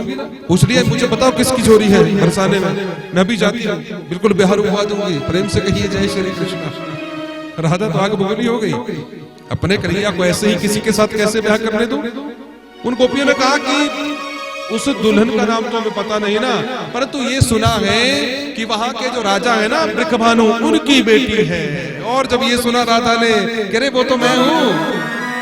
कि अच्छा तुम हो, तो चलो तुम्हें भी सजाते हैं। और अब राधा को भी ले गए, दुल्हन की तरह सजाए जाने लगा। जिस प्रकार से हमारे भी सब प्रकार के शगुन पूरी किए जाते हैं ना, शादियों में सबसे पहले क्या होता है, मेहंदी लगाई जाती है। वैसी ही मेहंदी लगने लगी वहां पर राधा को, और सुंदर दुल्हन की तरह राधा को सजाया जा रहा है। हो आओ मेरी सखियों मुझे मेहंदी लगा दो, आओ मेरी सखियों मुझे लगा दो, मेहंदी लगा दो मुझे ऐसी सजा दो, मेहंदी लगा दो मुझे ऐसी सजा दो। आओ मेरी सखियों मुझे मेहंदी लगा दो, आओ मेरी सखियों मुझे मेहंदी लगा दो, मेहंदी लगा दो मुझे ऐसी सजा दो, मेहंदी लगा दो मुझे ऐसी सजा दो। मुझे श्याम सुंदर की दुल्हन बना दो, मुझे श्याम सुंदर की दुल्हन बना दो, मुझे श्याम सुंदर की दुल्हन बना दो, मुझे श्याम सुंदर की दुल्हन बना दो। और ये राधा रानी और मेरी सरकार की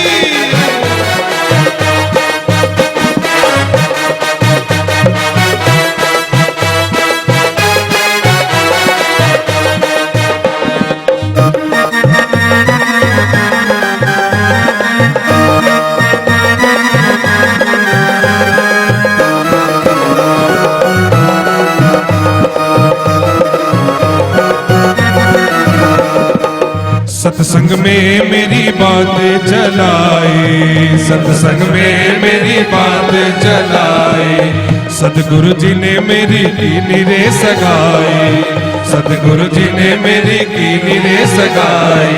उनको बुला के हथ लेवा करा दो, उनको बुला के हथ लेवा करा दो, हाँ, उनको बुला के हथ लेवा करा दो, तो बुला के हाथ लेवा करा दो। हाँ, मुझे श्याम सुंदर की दुल्हन बना दो, मुझे श्याम सुंदर की दुल्हन बना दो। आओ मेरी सखियों मुझे मेहंदी लगा दो, आओ मेरी सखियों मुझे मेहंदी लगा दो, हाँ, मेहंदी लगा दो मुझे ऐसी सजा दो, मेहंदी लगा दो मुझे ऐसी सजा दो। मुझे श्याम सुंदर की दुल्हन बना दो, मुझे श्याम सुंदर की दुल्हन बना दो, मुझे श्याम सुंदर की दुल्हन बना दो, मुझे श्याम सुंदर की दुल्हन बना दो। जय हो।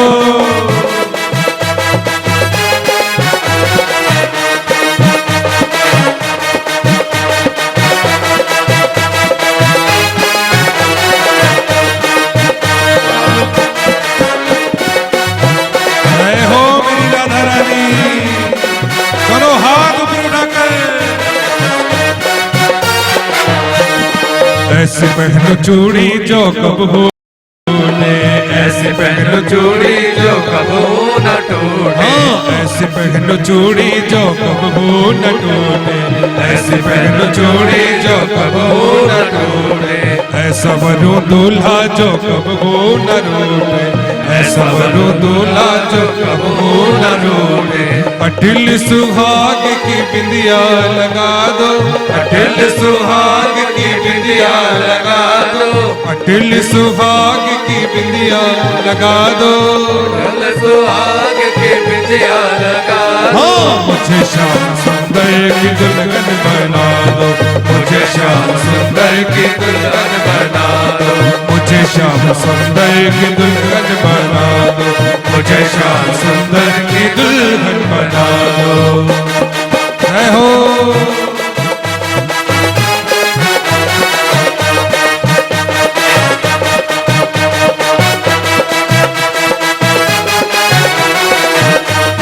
दोनों हाथ ऊपर उठाकर ऐसे बात नहीं बनेगी।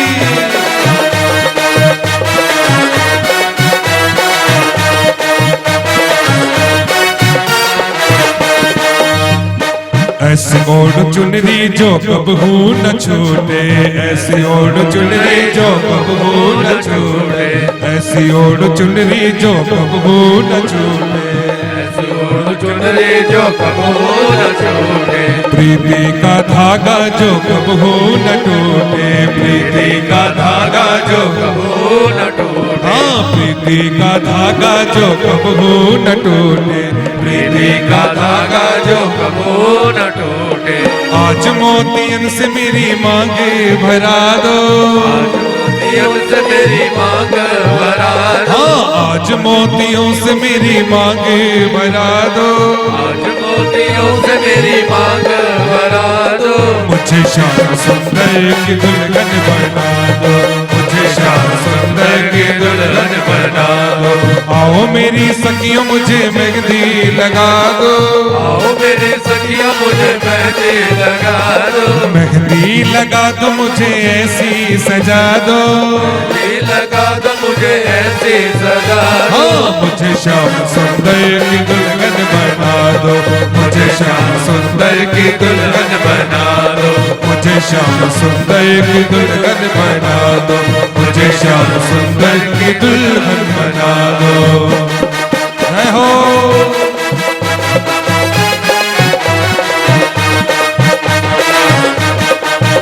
बोलिए राधा रानी अलमिली सरकार की।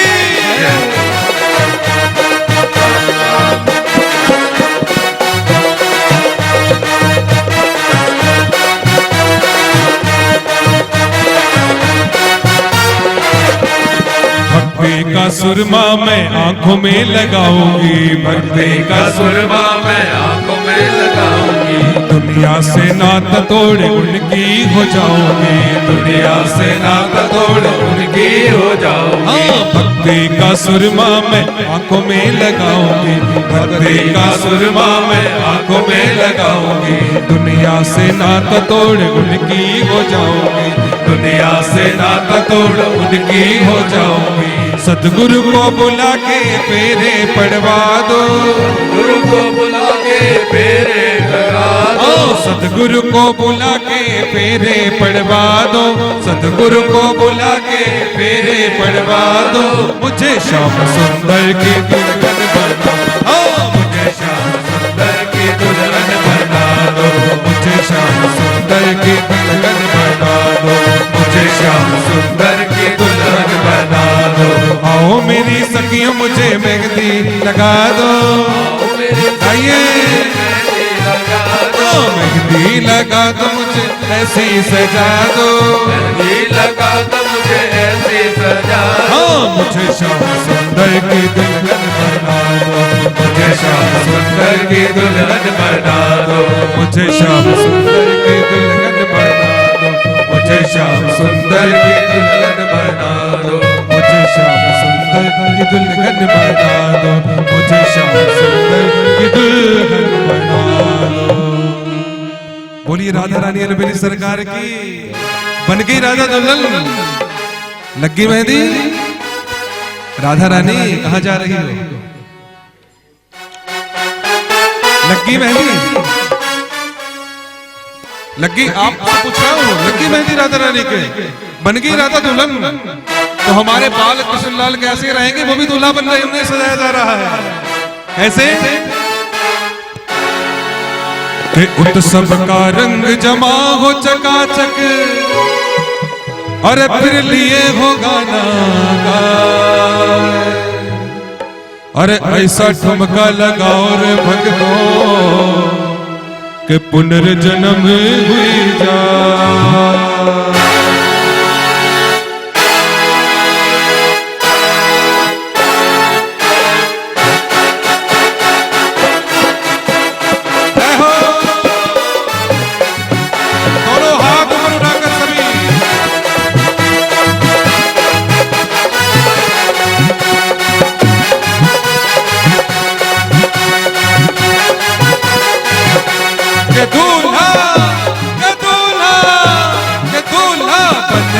श्याम बिहारी के दूल्हा बन गए श्याम बिहारी के दूल्हा बन गए श्याम बिहारी के दूल्हा बन गए श्याम बिहारी के नाचे झूमे ये सृष्टि सारी के नाचे झूमे ये सृष्टि सारी। हो मेरे सावरिया सरकार के तारे घूंघट से बांधे तार के दूल्हा के दूल्हा के दूल्हा द्वार का नगरिया वाला के दूल्हा द्वार का नगरिया वाला के दूल्हा द्वार का नगरिया वाला के दूल्हा द्वार का नगरिया वाला के दूल्हा बन गए श्याम बिहारी के दूल्हा बन गए श्याम बिहारी के नाचे झूमे ये सृष्टि सारी के नाचे झूमे ये सृष्टि सारी। ओ मेरे सावरिया सरकार के तारे घूंघट से बांधे तार के दूल्हा के दूल्हा के दूल्हा द्वार का नगरिया वाला के दूल्हा द्वार का नगरिया वाला के दूल्हा द्वार का नगरिया वाला के दूल्हा द्वार का नगरिया वाला। जय हो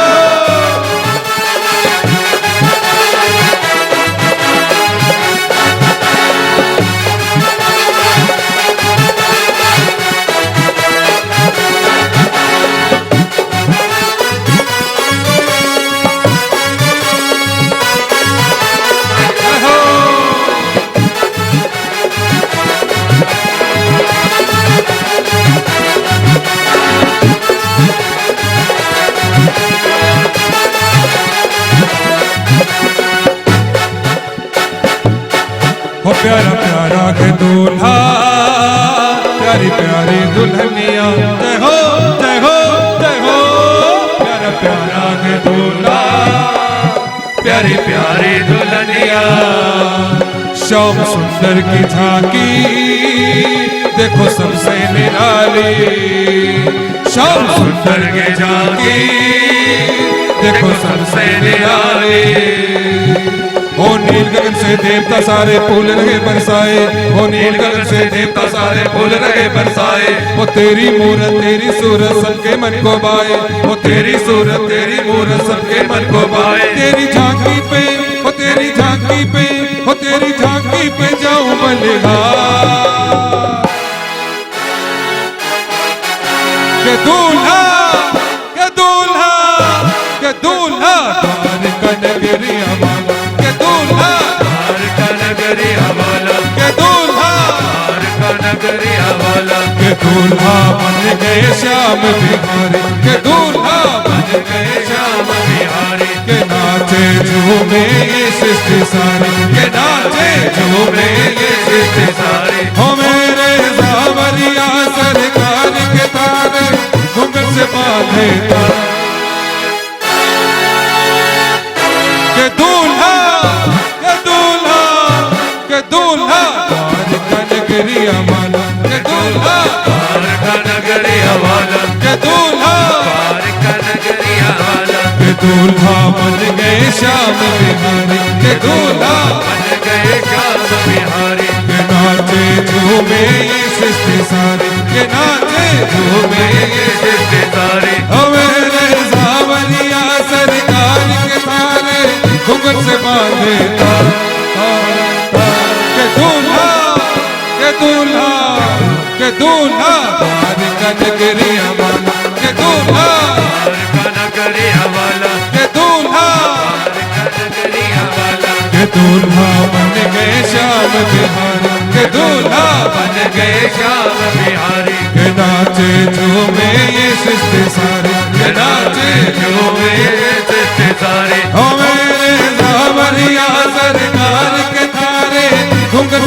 बांधेता के दूल्हा के दूल्हा के दूल्हा द्वारका नगरिया वाला के दूल्हा द्वारका नगरिया वाला के दूल्हा द्वारका नगरिया वाला के दूल्हा द्वारका नगरिया वाला वाला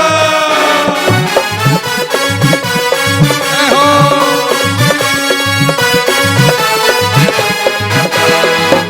दोनों हाथ ऊपर उठाकर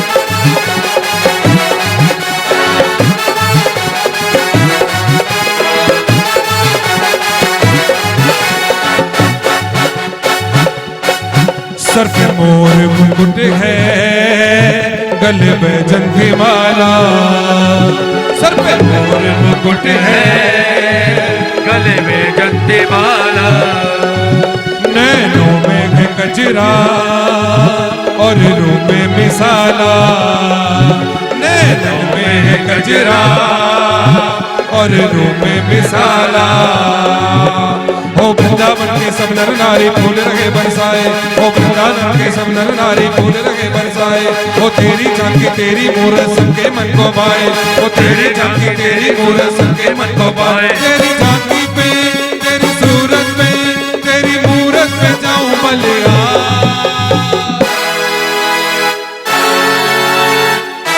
के दूल्हा के दूल्हा के दूल्हा द्वारका नगरिया वाला के दूल्हा द्वारका नगरिया वाला के दूल्हा बन गए श्याम बिहारी के दूल्हा बन गए श्याम बिहारी के नाचे झूमे ये सृष्टि सारी के नाचे झूमे सृष्टिकारी ओ मेरे सावरिया सरकार के नारे घुंघट से बांधेता के दूल्हा के दूल्हा के दूल्हा द्वारका नगरिया वाला के दूल्हा द्वारका नगरिया वाला के दूल्हा द्वारका नगरिया वाला के दूल्हा द्वारका नगरिया वाला के दूल्हा बन गए श्याम बिहारी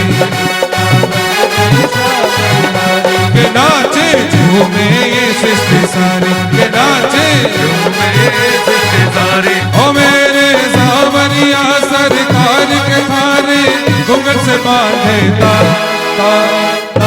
के दूल्हा के दूल्हा के दूल्हा द्वारका नगरिया वाला के दूल्हा द्वारका नगरिया वाला के दूल्हा द्वारका नगरिया वाला के दूल्हा द्वारका नगरिया वाला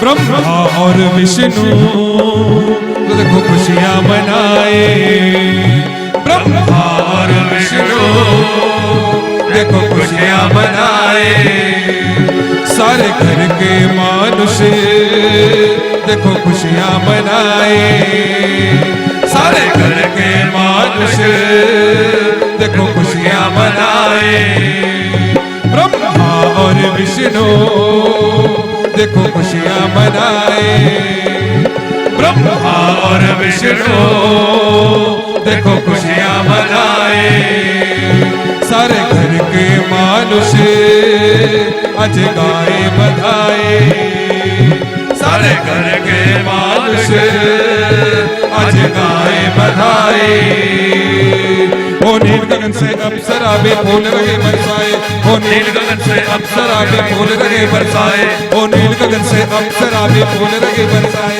ओ नील गगन से अप्सरा भी फूल रही बसराए ओ तेरी घोड़ी पे ओ तेरी घोड़ी पे ओ तेरी घोड़ी पे गिरा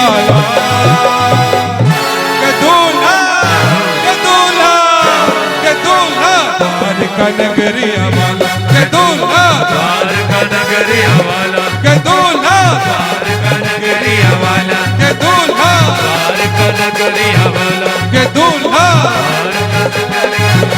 के दूल्हा बन गए श्याम बिहारी के दूल्हा बन गए श्याम बिहारी के नाचे झूमे ये सृष्टि सारी के नाचे झूमे सृष्टिकारी ओ मेरे सावरिया सर बांधे के दूल्हा के दूल्हा के दूल्हा कनगरिया के दूल्हा कनगरिया वाला के दूल्हा कनगरिया वाला के दूल्हा कनगरिया वाला के दूल्हा कनगरिया वाला के दूल्हा के दूल्हा बोलिए बाकी भरी लाल की जय भक्त वत्सल भगवान की जय। बन गए भगवान जी दूल्हा हो गया। जिन्होंने नहीं मानना वो उनको प्रत्यक्ष भी दर्शन दे दे वो भी नहीं मानेंगे, और जो मानते हैं उनके लिए वो सब प्रकार से सदा ही उनके साथ है। तो ये युगल जोड़ी सरकार हमारी राधा रानी और ठाकुर जी, इनका विवाह हुआ भंडेर वन में। काल चक्र को रोक दिया गया था, काल की गति उस समय रुक गई थी। ब्रह्मा जी ने स्वयं फेरे कराए और विश्वकर्मा जी ने वेदी बनाई। सभी देवी देवता उस विवाह के साक्षी हुए थे।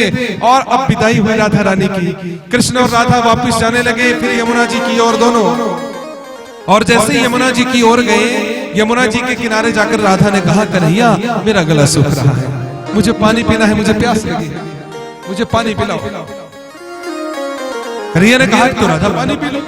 और यमुना जी में अब वो राधा जो है जल पीने के लिए बड़े प्रेम से गई। प्रेम से कहिए बोले राधा कृष्ण महाराज की, युगल जोड़ी सरकार की। जैसे ही राधा पानी पीने लगी और पीछे मुड़कर देखी, क्या देखती है वो छोटे से कन्हैया, जिनको पहले छोड़ा था ना घास के ऊपर छोटे से, कि जल लेकर आती हूँ इसके मुंह के ऊपर फेंकूंगी तब ये मेरे साथ बात करेगा। अब वही कन्हैया छोटे से, अरे कन्हैया तुम तो फिर से छोटे से हो गए, ये किस तरह से तुमने मुझे ठगा, मेरे साथ ब्याह किया, अब पुनः तुम फिर छोटे से हो गए। कन्हैया उठो ना, बात करो ना, ऐसा क्यों करते हो? बार बार राधा ने कहा बेचारी ने। कन्हैया कहां सुने, मुस्कुराते हैं मंद मंद। और कार की गति पुनः वहां से चल पड़ी। राधा छोड़ने चली गई कन्हैया को। नंद महल में माँ यशोदा ने देखा, अरे बड़ी सुंदर छोरी है किसी की। पूछा पुछरी कहां से आई हो? और कन्हैया तुम्हें कहाँ मिला? कहा कि नंद बाबा मिले थे मैया। उन्होंने कहा कि मैं गवों को बांध कर आता हूँ, वर्षा आ रही थी, इसलिए कहीं ऐसा ना हो कि गौएं भीग जाएं, तुम मैया के पास इसे छोड़ कर आओ, इसलिए मैया मैं आ गई। तुम किसकी छोरी हो, कहां से आई हो?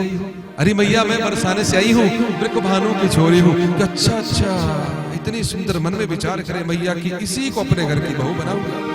ये पता ना था मैया को कि कन्हैया तो पहले ही ब्याह कर चुका। प्रेम से कहिए जय श्री कृष्ण। अपनी आह्लादनी शक्ति श्री राधा जी से कन्हैया ने विवाह किया। इस तरह की ये भगवान जी की सुंदर कथा है विवाह की, जिसका गर्ग संहिता में वर्णन आता है। इतने से आप तृप्त हो, समय हमारा सत्संग का हो चुका है। भगवान जी के विवाह उत्सव की और आज के नंदोत्सव की खूब सारी बधाई आपको। देखो आज ही कन्हैया का नंदोत्सव हुआ, छोटे तो आज ही बड़े हो गए, ब्याह भी हो गया कि नहीं? प्रेम से कहिए जय श्री कृष्ण। अब आज तो वहां पर है, कल होगा भगवान जी का वृंदावन जाना, और वहां पर वृंदावन में अपने लीलाओं को करना, गौएं चुगाना, गोपियों के साथ महाराज तक की कथा कल होगी। तो आप सब बड़े प्रेम से आए। किस तरह से भगवान जी का वो परम पवित्र वृंदावन धाम है, उसका वर्णन कल की कथा में करेंगे। 1 बजे से 4 बजे तक कथा का समय है। परसों वैसे भी हमारे यज्ञ की पूर्णाहुति होगी। भागवत भगवान की आरती, पापियों को पाप से है तारती। भागवत भगवान की आरती, पापियों को पाप से है तारती। श्री भागवत भगवान की आरती, पापियों को पाप से है तारती। श्री भागवत भगवान की आरती, पापियों को पाप से है तारती। यह अमर ग्रंथ, यह मुक्ति पंथ, यह पंचम वेद निराला, नव ज्योति जगाने वाला। अमर ग्रंथ, यह मुक्ति पंथ, यह पंचम वेद निराला, नव ज्योति जगाने वाला। श्री राम यही घनश्याम यही, श्री राम यही घनश्याम यही, यह मधुसूदन की आरती, पापियों को पाप से है तारती। श्री भागवत भगवान की यह आरती।